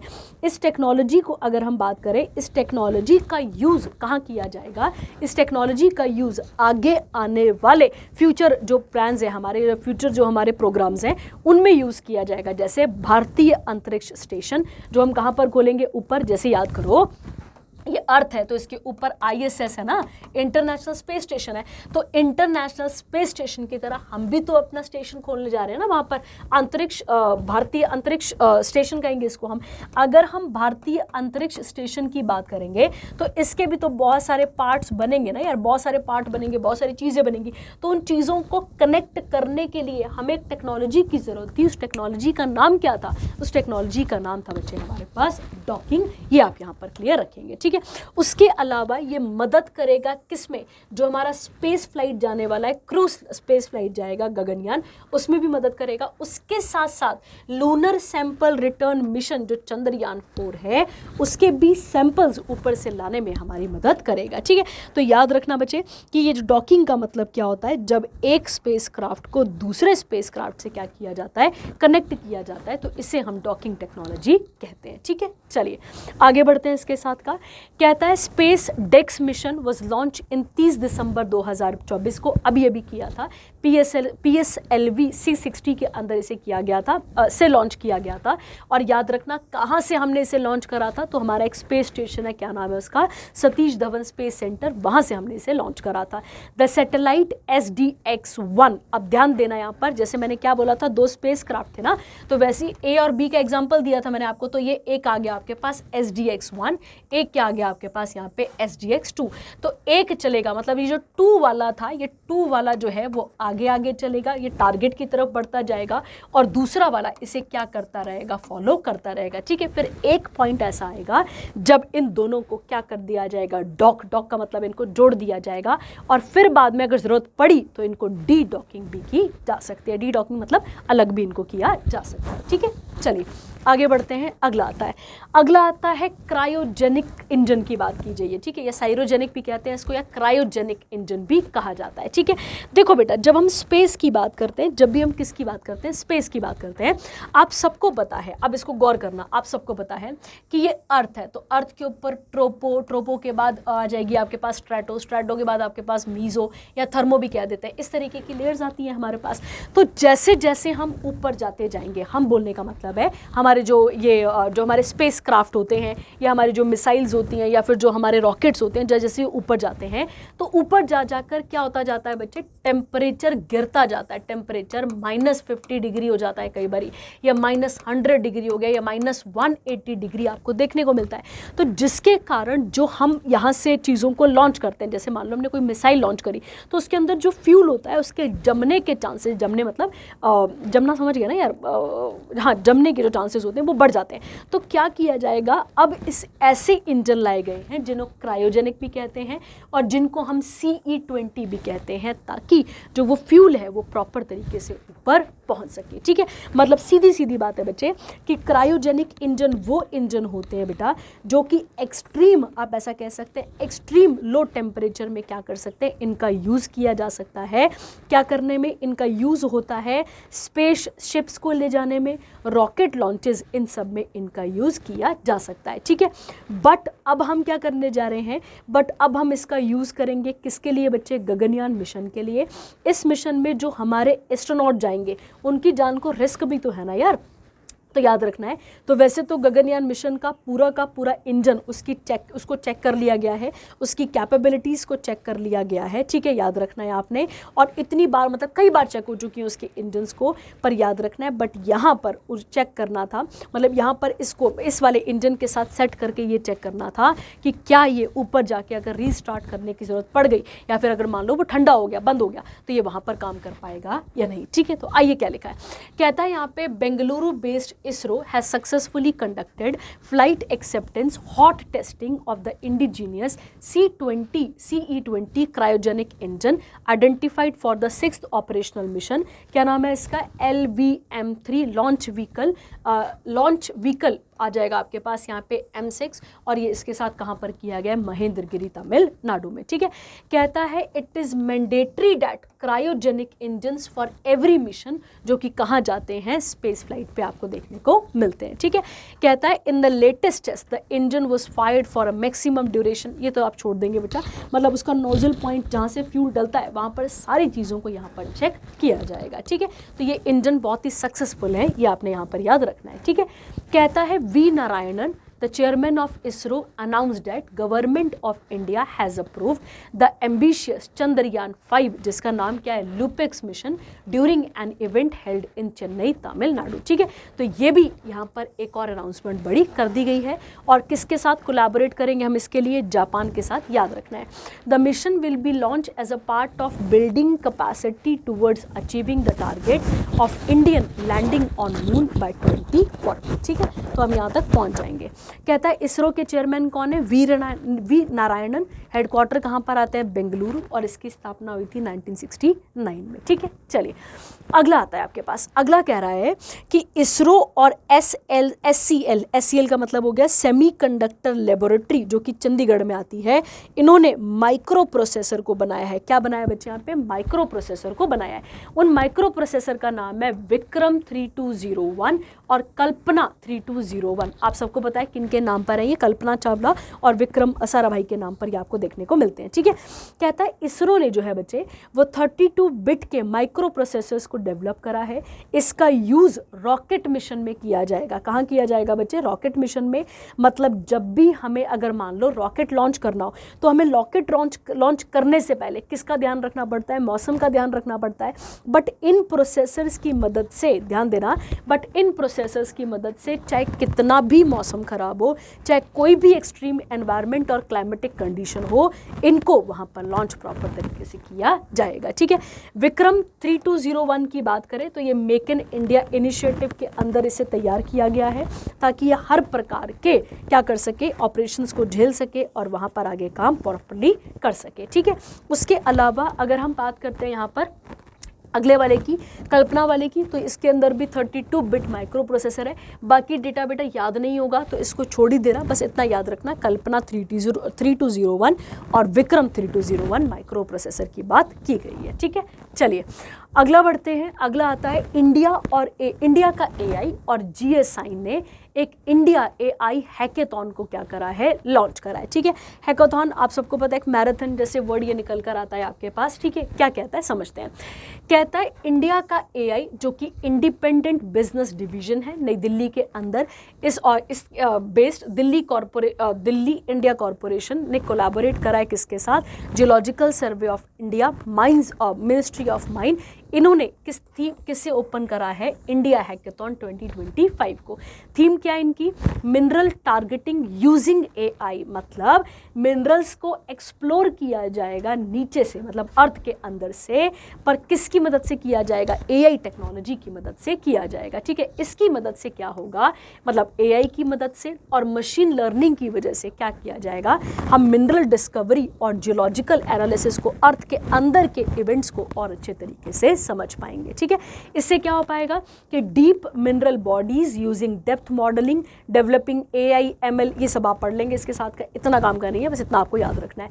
जियोलॉजिकल सर्वे ऑफ इंडिया की स्थापना 1851 में हुई थी जब अंग्रेज यहाँ पर थे, और इसकी स्थापना एक्चुअली में कहाँ पर हुई थी, कलकत्ता में, और हेडक्वार्टर भी कहाँ पर आते हैं, कलकत्ता में देखने को मिलते हैं। ठीक है, उसके बाद है ये बिल्कुल फैक्चुअल न्यूज़ है, आप इसे पढ़ लेंगे, थोड़ा थोड़ा मैं आपको बताती हूँ। ठीक है, देखो क्या लिखा है यहाँ पे, DOT department of telecommunication under the ministry of communication और मोबाइल मैसेजिंग ऐप जिसका नाम क्या आता है, व्हाट्सएप, इन दोनों ने क्या करा है, यहाँ पर आपस में कोलैबोरेट करा है और क्या कैंपेन चलाया है, स्कैम से बचो। ठीक है, ये आप देख ही रहे होंगे आए दिन कितने स्कैम होते हैं, उसके साथ मतलब डिजिटल सेफ्टी को इंडिया में और बढ़ाना है, इसके साथ ये जुड़ता है।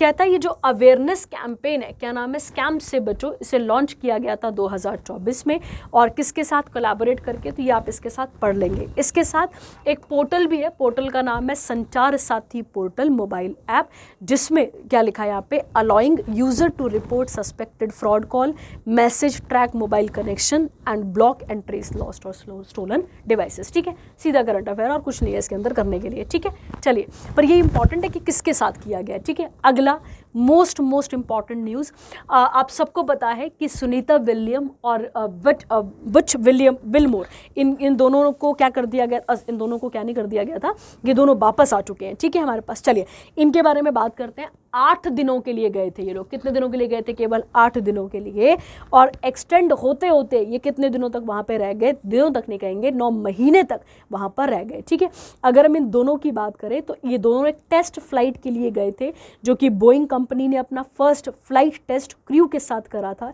इसमें ये दोनों भी गए थे। और काम क्या था वहाँ जाकर, काम था कि जो इंटरनेशनल स्पेस स्टेशन है वहाँ पर क्या करना है, वहाँ पर जाके उसकी चेकिंग करनी थी, उससे इन्फॉर्मेशन गैदर करके लेकर आनी थी। ठीक है, पर इनका टाइम बढ़ गया।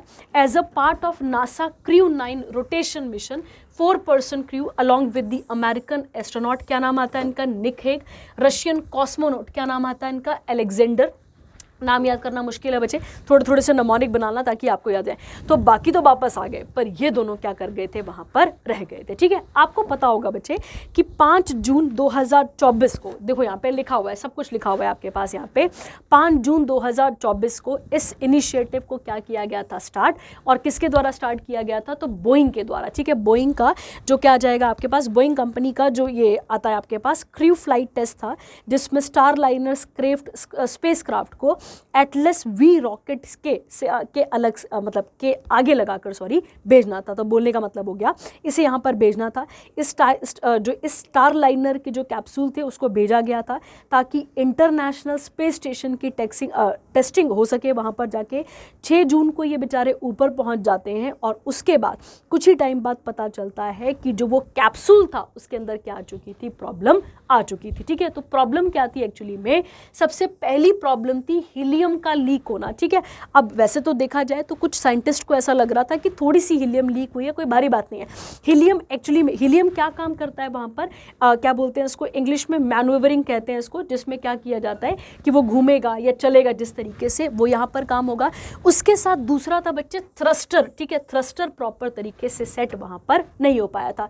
तो मतलब ये 2 प्रॉब्लम बहुत बड़ी थी और जिसके कारण मतलब पता तो इनको बहुत ही पहले लग गया। तो इन्होंने, नासा ने क्या बोला, नासा ने बोला कि हम तब तक अपने मतलब हमारे लिए क्रू मेंबर की सेफ्टी बहुत इंपॉर्टेंट है, तो हम उनको वहीं पे रहने देंगे। अब वो वहीं पे रहते कितने महीने निकल गए, 9 महीने। उसी बीच में याद करना, वो वहाँ जाके मज़े नहीं कर रहे थे, वहाँ पे जाके क्या हुआ, वहाँ पर जाके गौर करो, Sunita Williams has completed 3 space missions expedition, ये आप इसमें कवर कर लेंगे, याद करो। फिर उन्होंने स्पेस वॉक भी करी थी, अगर आपको याद होगा तो कहता है इस एक्सपीडिशन 14 के दौरान इन्होंने एक रिकॉर्ड सेटअप करा था फीमेल स्पेस वॉक का। मैंने आपको बताया था कि आईएसएस से बाहर निकलना पड़ता है, इंटरनेशनल स्पेस स्टेशन से एक हुक जैसा होता है जो आपने सूट पहना होता है एस्ट्रोनॉट वाला, उसके साथ कनेक्ट होता है ताकि आप स्पेस पे वॉक कर सकें और उस पर एक्सप्लोर कर सकें। ठीक है, ये मैं आपको पहले ही करंट अफेयर इसके साथ का यहाँ पर समझा चुकी हूँ। ठीक है, तो ये आप यहाँ पर क्लियर रखेंगे। कहता है इसके बाद यहाँ पर आपके पास she has accumulated a total 608 days and 20 minutes in the space across 3 mission, second most for any US astronaut after piggy Whitson. ये मैं आपको पूरा डिटेल में इसके बारे में करा चुकी हूँ। ठीक है, तो याद रखना है बच्चे क्या किया गया, मतलब ये वहीं पे इनकी सेफ्टी कंसर्न वहाँ पर बढ़ गई थी। अगर उस कैप्सूल में इनको वापस लेकर आते तो वो कैप्सूल क्या पता रास्ते में क्या हो जाता, तो इसीलिए तब इनको वापस नहीं लाया गया था। और अब जो space x crew dragon capsule है इसे लॉन्च किया गया और इन दोनों को वहाँ से वापस लाया गया है। ठीक है, तो ये आपने बिल्कुल न्यूज़ में सुना भी होगा, आप सबको इसके बारे में यहाँ पर पता भी होगा। ठीक है, चलिए आगे बढ़ते हैं और अगला सेक्शन कौन सा आता है हमारे पास यहाँ पे, रिपोर्ट और रैंकिंग का, इसके बारे में बात कर लेते हैं। कहता है Bengaluru based Bangalore water supply और सीवरेज बोर्ड को क्या मिला है, एक टैग मिला है। ये पहली वाटर बोर्ड इन इंडिया होगी जिसे सर्टिफिकेट मिल चुका है, किससे, BIS से। BIS का मतलब हो गया ब्यूरो ऑफ स्टैंडर्ड, इसका नाम इंडियन स्टैंडर्ड, इसका नाम आपके पास निकल कर आता है। ठीक है, गौर करो ये एक नेशनल बॉडी है। BIS काम क्या करता है, तो BIS एक्चुअली में एक नेशनल बॉडी है जिसका मेन काम है किसी भी प्रोडक्ट को सर्टिफाई करना, मतलब किसी भी प्रोडक्ट को सर्टिफाई करना। जैसे कि मान लेते हैं कोई एक प्रोडक्ट है, कोई भी XYZ प्रोडक्ट है, उसकी क्वालिटी को चेक करना, उसके अंदर थर्ड पार्टी गारंटी सर्टिफिकेट देना, उसमें सेफ्टी बनाए रखना ताकि हम और आप जैसे लोग उसे प्रॉपरली यूज़ कर सकें। ठीक है, तो ये प्रॉपरली इसके अंदर यहाँ पर प्रोवाइड किया गया। BIS किस किस मिनिस्ट्री के अंदर काम करता है, तो आपको याद रखना है consumer affair, food and public distribution के अंदर, और ये piped drinking water supply management system को यहाँ पर दिया गया है। ठीक है, तो 6 महीने को पूरा का पूरा इवैल्यूएट किया गया, जगह जगह जाकर BIS के लोगों ने इस पूरे के पूरे पैरामीटर को चेक करा और चेक करने के बाद ये अवार्ड दिया गया है। ठीक है, ये जो सर्टिफिकेट है कितने सालों के लिए वैलिड है, 3 सालों के लिए, और BIS के हेडक्वार्टर है नई दिल्ली। ठीक है, चलिए अगला आता है WMO की रिपोर्ट आ गई, वर्ल्ड मेटीरियोलॉजिकल डिपार्टमेंट की क्या आ चुकी है आपके पास, या ऑर्गेनाइजेशन की क्या आ चुकी है रिपोर्ट। और इस रिपोर्ट के अकॉर्डिंग अगर हम बात करें यहाँ पर, इस रिपोर्ट का टाइटल है state of the global climate report 2024। इसके अकॉर्डिंग एटमॉस्फेयर के अंदर जो CO2 गैस है उसका लेवल बहुत ही ज़्यादा ऊपर बढ़ चुका है, लगभग पिछले 8 लाख सालों से, अब आप इमेजिन कर लो 8 लाख सालों में से जो है मतलब पिछले जो 8 लाख साल हुए उनमें सबसे ज़्यादा CO2 हमें देखने को मिलता है। ठीक है, डेटा याद करना बहुत मुश्किल है बच्चे, एक दो बार आप इसका डेटा पढ़ लेंगे, इतना तो काम का नहीं है डेटा वाला आपके पास, पर आपको पता समझना पड़ेगा कि इसके साथ ये सारी चीज़ें आती हैं। ये जो रिपोर्ट है ये बताती है कि जो long term global warming is currently projected to be between 1.34 degree Celsius से लेकर 1.41 कंपेयर्ड, ये बेस लाइन, ये इस लाइन से मतलब यहाँ पे टैली किया गया है इस पूरी की पूरी रिपोर्ट को। ये रिपोर्ट बताती है कि 2024 पहला ऐसा कैलेंडर ईयर था जहाँ पे मतलब देखो बेटा, ग्लोबल वार्मिंग का मेन कारण क्या है?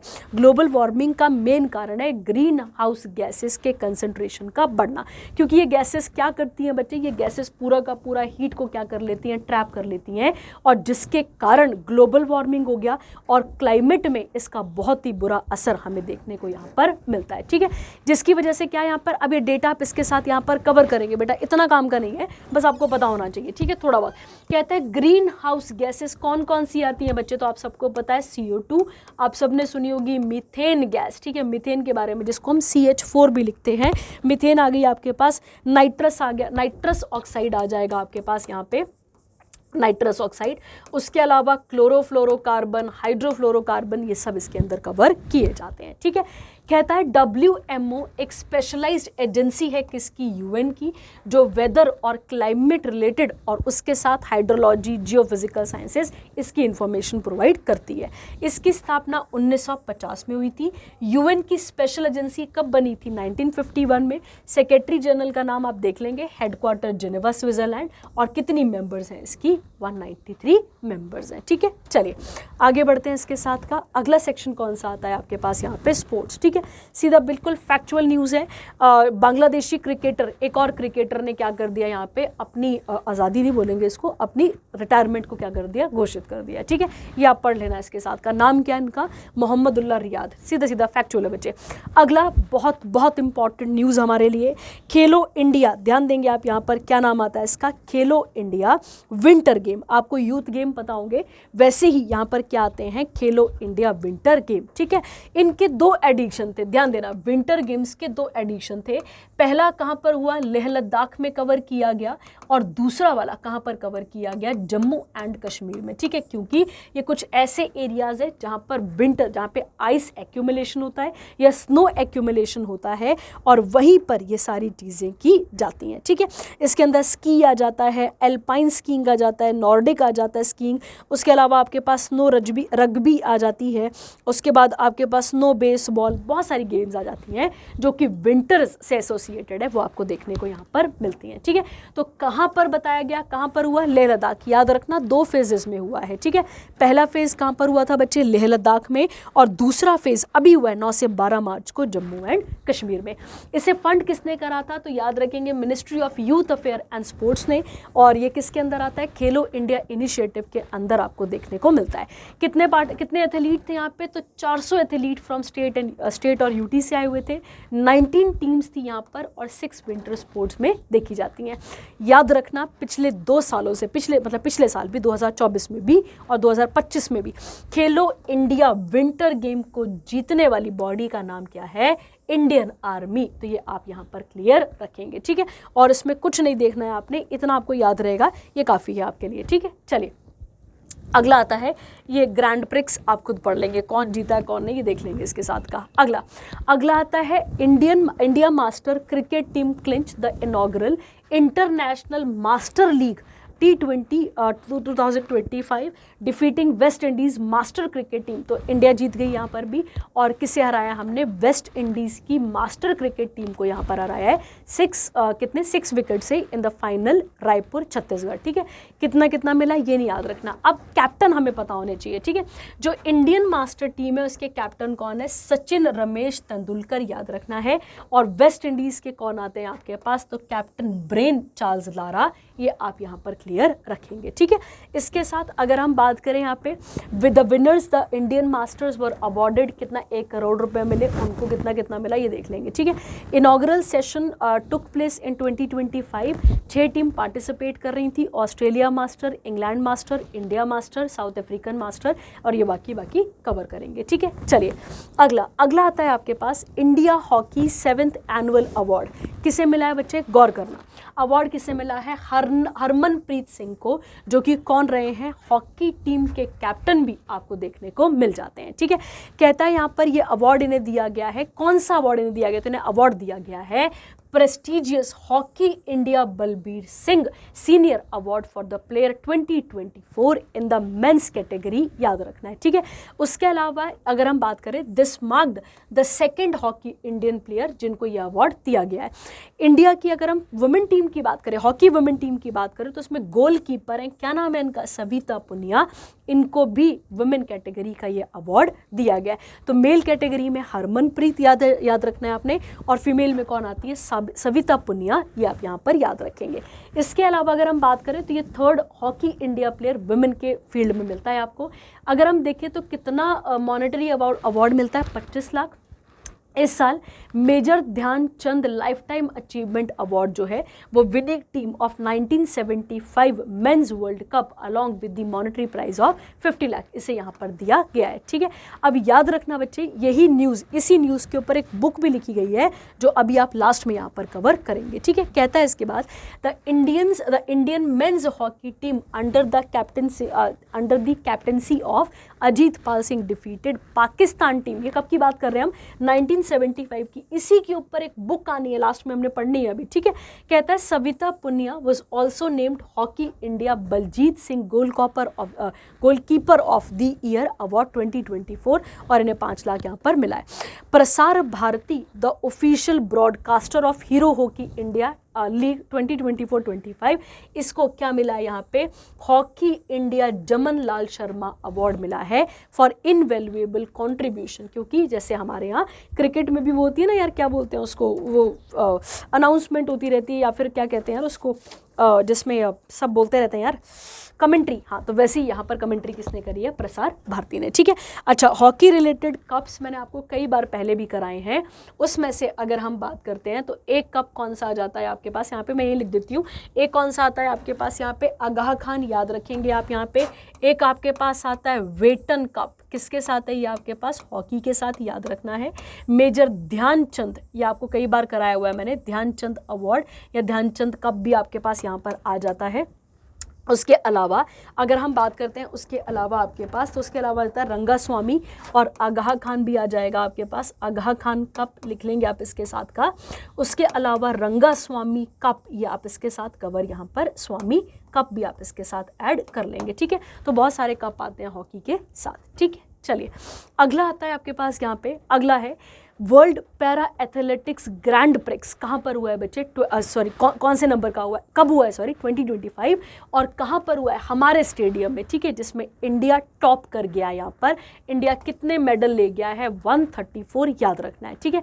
सेकंड नंबर पे कौन रहा, neutral para athletes. Neutral para athlete का मतलब होता है बेटा जो किसी एक पर्टिकुलर कंट्री से बिलोंग नहीं करते हैं, मल्टीपल जगहों से पार्टिसिपेट करते हैं। थर्ड कौन ले गया यहाँ पे, उज्बेकिस्तान, याद रखना है। 12th edition of the world para athletics grand prix made history as India hostess first ever.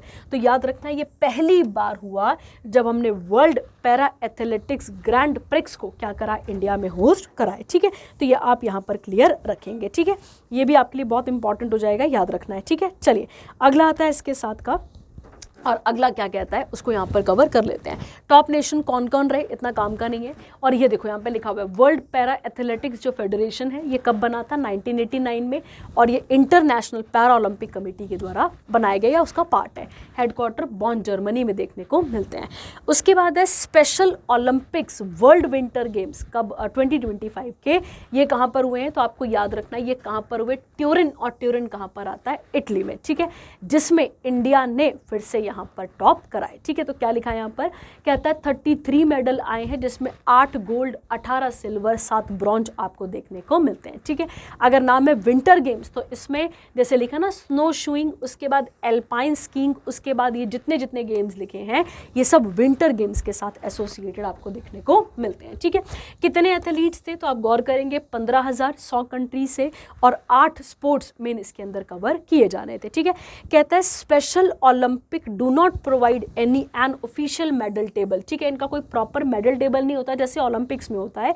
There since there is suppose to be no competitive pressure among the nations. तो ऐसे भी नहीं कि बहुत जोर शोर से खेलना होता है, पर गेम है तो ये आपको थोड़ा सा पता होना चाहिए। ठीक है, अगला आता है वुमेन प्रीमियर लीग टाइटल 2025। अगर हम बात करें यहाँ पर तो ये किसको हराने के बाद किसको मिला है, तो Mumbai Indian women cricket team को। किसे हराया उन्होंने, तो दिल्ली कैपिटल्स को। कितने रन से, 8 रन से, याद रखना है। ठीक है, और उनकी कैपिटल कौन थी, मुंबई वालों की हरमनप्रीत कौर, और दिल्ली वालों की कौन थी, मेघना मोरिया लैनिंग। ये आपको याद करना पड़ेगा। ठीक है, ये इंपॉर्टेंट है बेटा, डेटा आपको याद करना पड़ेगा, बाकी इतने काम का नहीं होता है। ठीक है, चलिए अगला आता है एंथम, मास्केट और लोगो आ गया किसका, खेलो इंडिया पैरा गेम 2025 का। ठीक है, क्या मास्केट है इसका, उज्ज्वला।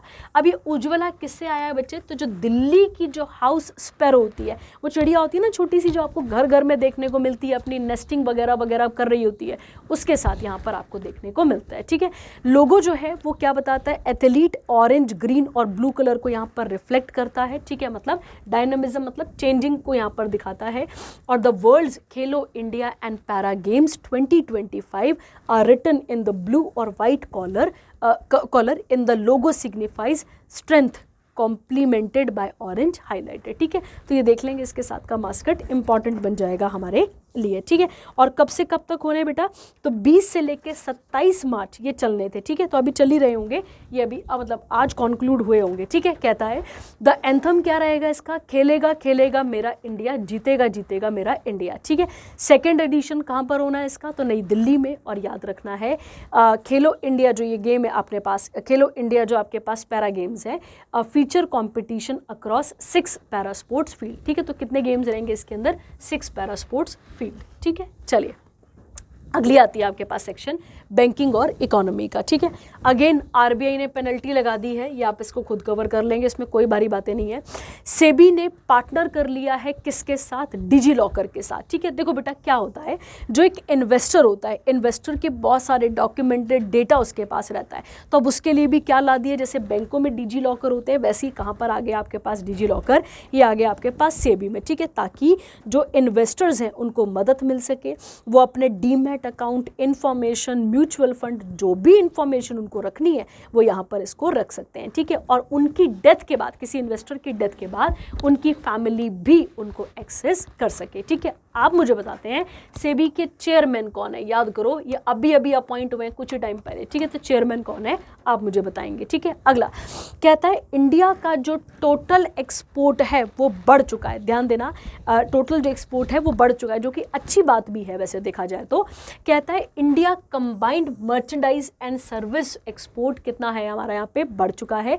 कितना बताया गया है, 6.24%। ये डेटा याद करना है, बाकी ना भी याद रहे कुछ ना याद करो, बस डेटा याद रखो कि कितना बोला गया है, ये आप इसके साथ यहाँ पर कवर कर सकते हैं। ठीक है, बड़ा इंपॉर्टेंट हो गया आपके पास कि कितना डेटा यहाँ पर मेंशन किया गया है। ठीक है, अच्छा अगला, अब ये इसके साथ हो गया। अगला आपको पता होगा भी हमारे प्रधानमंत्री मोदी कहाँ गए थे, मॉरिशस, तो दोनों ने वहाँ पर एक और चीज़ का एग्रीमेंट करा है या एमओयू करा है कि हम दोनों एक्सपोर्ट और इंपोर्ट के जो इनवॉइस मतलब जो बिलिंग्स होते हैं, जो पेमेंट्स होती हैं, उनको इंडियन करेंसी और साथ ही साथ किसकी करेंसी में, इनकी मॉरिशस की करेंसी में यहाँ पर काम करेंगे। ठीक है, तो दोनों को कोलैबोरेट किया गया, इसमें और कोई बड़ी बात नहीं है। ठीक है, चलिए आगे बढ़ते हैं। अगला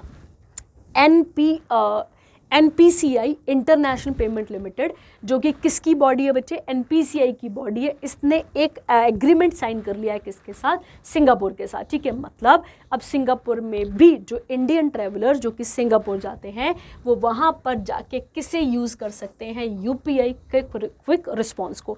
आपको याद होगा, कहता है यूपीआई जो है वो अब कहाँ ऑपरेशनल है, Singapore, Maldives, Qatar, Sri Lanka, Mauritius, Bhutan, Nepal, UAE and Canada. और अभी मैंने आपको शुरू में करंट अफेयर में बताया कि जो हमारे पास कौन सा वाला था, याद करो, जो अभी हमने थोड़ी देर पहले पढ़ा था, ट्रिनिडैड और टोबैगो वाला, ठीक है, वहाँ पर भी क्या इंट्रोड्यूस किया गया था, वो पहली कैरेबियन कंट्री बनी थी जिन्होंने क्या इंट्रोड्यूस करा था, यूपीआई को एक्सेप्ट करा था। ठीक है, चलिए आगे बढ़ते हैं। अगला कौन सा सेक्शन आता है, डेज, और डेज भी बहुत छोटू से ही है इस बार, ठीक है, उनको पढ़कर भी यहाँ पर वाइंड अप कर देते हैं। इंटरनेशनल डे ऑफ मैथमेटिक्स, ठीक है, क्यों मनाते हैं इस दिन को, तो गौर करने वाली बात है। कहता है इस डेट को चूज किया गया है अलाइन विथ किसके साथ, पाई डे के साथ, ठीक है। पाई आप सबको पता है, इस तरीके से इसको रिप्रेजेंट किया जाता है मैथ में, और किसके इक्वल होता है ये, तो 3.14 और 22/7 भी आप इसे हम यहाँ पर बोलते हैं। ठीक है, थीम क्या थी, मैथमेटिक्स, आर्ट एंड क्रिएटिविटी, याद रखना है। यूनेस्को ने इसको यहाँ पर अनाउंस करा था, और कोई भारी बातें नहीं है और कुछ मत पढ़ना, बस याद रखो कि 14 मार्च को हम क्या मनाते हैं, इंटरनेशनल मैथमेटिक्स डे मनाते हैं। ठीक है, अगला आता है आपके पास वर्ल्ड स्लीप डे। ठीक है, एक इंटरनेशनल कैंपेन है जो कि क्या बताता है, जो कि बताता है फ्राइडे बिफोर स्प्रिंग वर्नल इक्विनॉक्स। आप सबको पता होगा कि हमारी अर्थ जब सन के इर्द गिर्द घूमती है तो क्या, वो रेवोल्यूशन जब करती है तो रेवोल्यूशन के कारण हमारे पास सीजन्स बनते हैं। ठीक है, उसमें से एक आता है आपके पास वर्नल इक्विनॉक्स, जो कि आपको कब देखने को मिलता है, 21 मार्च को। ठीक है, तो आपको पता है कि जैसे सर्दियाँ थी तो दिन छोटे थे, रातें बहुत लंबी थी, अब यहाँ पे क्या हो जाएगा, उल्टा, अब हमारे पास दिन की लेंथ बढ़ जाएगी और रातें छोटी हो जाएंगी, तो सेंस में इसको यहाँ पर मनाया जाता है। ठीक है, थीम पढ़ लेंगे, make sleep health a priority. ठीक है, चलिए अगला आता है वर्ल्ड कंज्यूमर राइट डे। ठीक है, सबको पता है बच्चे, कंज्यूमर राइट मतलब हमारा डे आप ऐसे कह सकते हैं, और ऐसे हम 24 दिसंबर को क्या मनाते हैं, नेशनल कंज्यूमर डे भी हम सेलिब्रेट करते हैं। ठीक है, थीम क्या थी इसकी, a just transition to sustainable lifestyle, और कहता है world consumer day was inspired by, किसकी यहाँ पे आइडिया था ये, तो जॉन एफ कैंडी का ये आइडिया था, यूएसए के, ये याद रखना है। ठीक है, फैक्चुअल है बच्चे, नहीं इतना घुसना, इतना मत पागल हो जाना इसमें। ठीक है, अगला आता है नेशनल वैक्सीनेशन डे। अब ये वैक्सीनेशन की जब हम बात कर रहे हैं तो हम ये छोटे बच्चों की बात कर रहे हैं। ठीक है, अब पढ़ते हैं इसके बारे में, समझते हैं। कहता है 16 मार्च को ये मनाया जाता है, कहता है नेशनल वैक्सीनेशन डे, जिसे हम इम्यूनाइजेशन डे भी कहते हैं, जो कि बहुत बहुत इंपॉर्टेंट है। किसके लिए बच्चा, बच्चों के लिए बात की जा रही है यहाँ पे। कहता है नेशनल वैक्सीनेशन डे कोमेमोरेट्स पहला dose of oral polio vaccine administered in India 1995। तो पहली बार जो इसका यूज़ किया गया था वैक्सीनेशन का, वो किसके लिए किया गया था, कि ग्लोबली पोलियो को ख़त्म किया जा सके। 1988 वर्ल्ड हेल्थ असेंबली ने एक रेजोल्यूशन लिया था कि हम पूरे के पूरे वर्ल्ड में किसे ख़त्म करेंगे, इस पोलियो को ख़त्म करेंगे। ठीक है, तो 16 मार्च 1995 को इसे कहाँ इंट्रोड्यूस किया गया था, इंडिया में, और किस प्लान के अंदर, तो WHO भी लिख सकते हैं या आप WHO भी इसको लिख सकते हैं। ठीक है, याद रखना है आपने इसके साथ का। आगे कहता है 27 मार्च 2014 को WHO south east Asia region including India certified, हम क्या बन चुके हैं यहाँ पे, पोलियो फ्री। ठीक है, अब तो कम हो गया बेटा, पर पहले बहुत ज़्यादा था ये बीमारियाँ। Gujarat has achieve 95.95 vaccination coverage under UIP। अब ये UIP जानने वाला है, इसका मतलब होता है यूनिवर्सल, याद रखना है आपने, इम्यूनाइजेशन प्रोग्राम। ठीक है, इम्यूनाइजेशन जो वर्ड अभी आपने पीछे पढ़ा था, इम्यूनाइजेशन प्रोग्राम। ठीक है, ये एक्चुअली में कब इंट्रोड्यूस हुआ था, 1985 में। ये आप इसके साथ यहाँ पर जोड़ लेंगे, कब इंट्रोड्यूस किया गया था बच्चे इसे, तो आप गौर करेंगे 1985 में इसे इंट्रोड्यूस किया गया था, जिसके अंदर 12 डिजीजेज आती हैं, जैसे TB हो गया, उसके बाद ये टेटनस हो गया, मीजल हो गए, पोलियो, हेपेटाइटिस, उसके बाद जो एक आता है रूबेला, निमोनिया, इन सब चीज़ों को इसके अंदर ऐड किया जाता है। ठीक है, चलिए आगे बढ़ते हैं इसके साथ का। अगला आता है नेशनल आर्काइव्स ऑफ इंडिया। अगर हम इंडिया की आज़ादी की बात करें तो जो भी डेटा है वो डेटा कहीं तो रखा गया होगा ना यार, तो वो डेटा कहाँ पर रखा जाता है, नेशनल आर्काइव ऑफ इंडिया में रखा जाता है। ठीक है, कहता है बच्चे यहाँ पर एक बुक भी लॉन्च हुई है, launch a book title thumb print Champaran indigo peasant speak to Gandhi volume 3। याद करो, जब गांधी साउथ अफ्रीका से इंडिया वापस आते हैं तो उनका पहला रीजनल मूवमेंट कौन सा आता है? चंपारण, जिसमें वो जो इंडिगो किसान थे, जो मतलब इंडिगो से नील की खेती से परेशान जो हमारे कौन थे, हमारे किसान थे, उनके लिए यहाँ पर, उनके हक के लिए यहाँ पर लड़ते हैं। कहता है NAI is undertaking the world's largest digitisation initiative, जिसके अंदर पेजेस को बचाया जाएगा और क्या किया जाएगा, डेटा को कैसे रखा जाएगा बच्चे, इसके अंदर डेटा को रखा जाएगा कैसे, किस फॉर्म में रखा जाएगा, डेटा को डिजिटलाइज फॉर्म में यहाँ पर रखा जाएगा। ठीक है, तो ये आपने इसके साथ यहाँ पर कवर कर लेना है। कहता है द सक्सेस ऑफ डिजिटाइजेशन, अब इसमें कितने कितने पेज बचाए गए हैं वो भी मेंशन किया हुआ है। कहता है NAI किसके अंदर आता है, तो आप याद रखेंगे इसकी स्थापना की गई थी 11 मार्च के अंदर, याद रखना है आपने।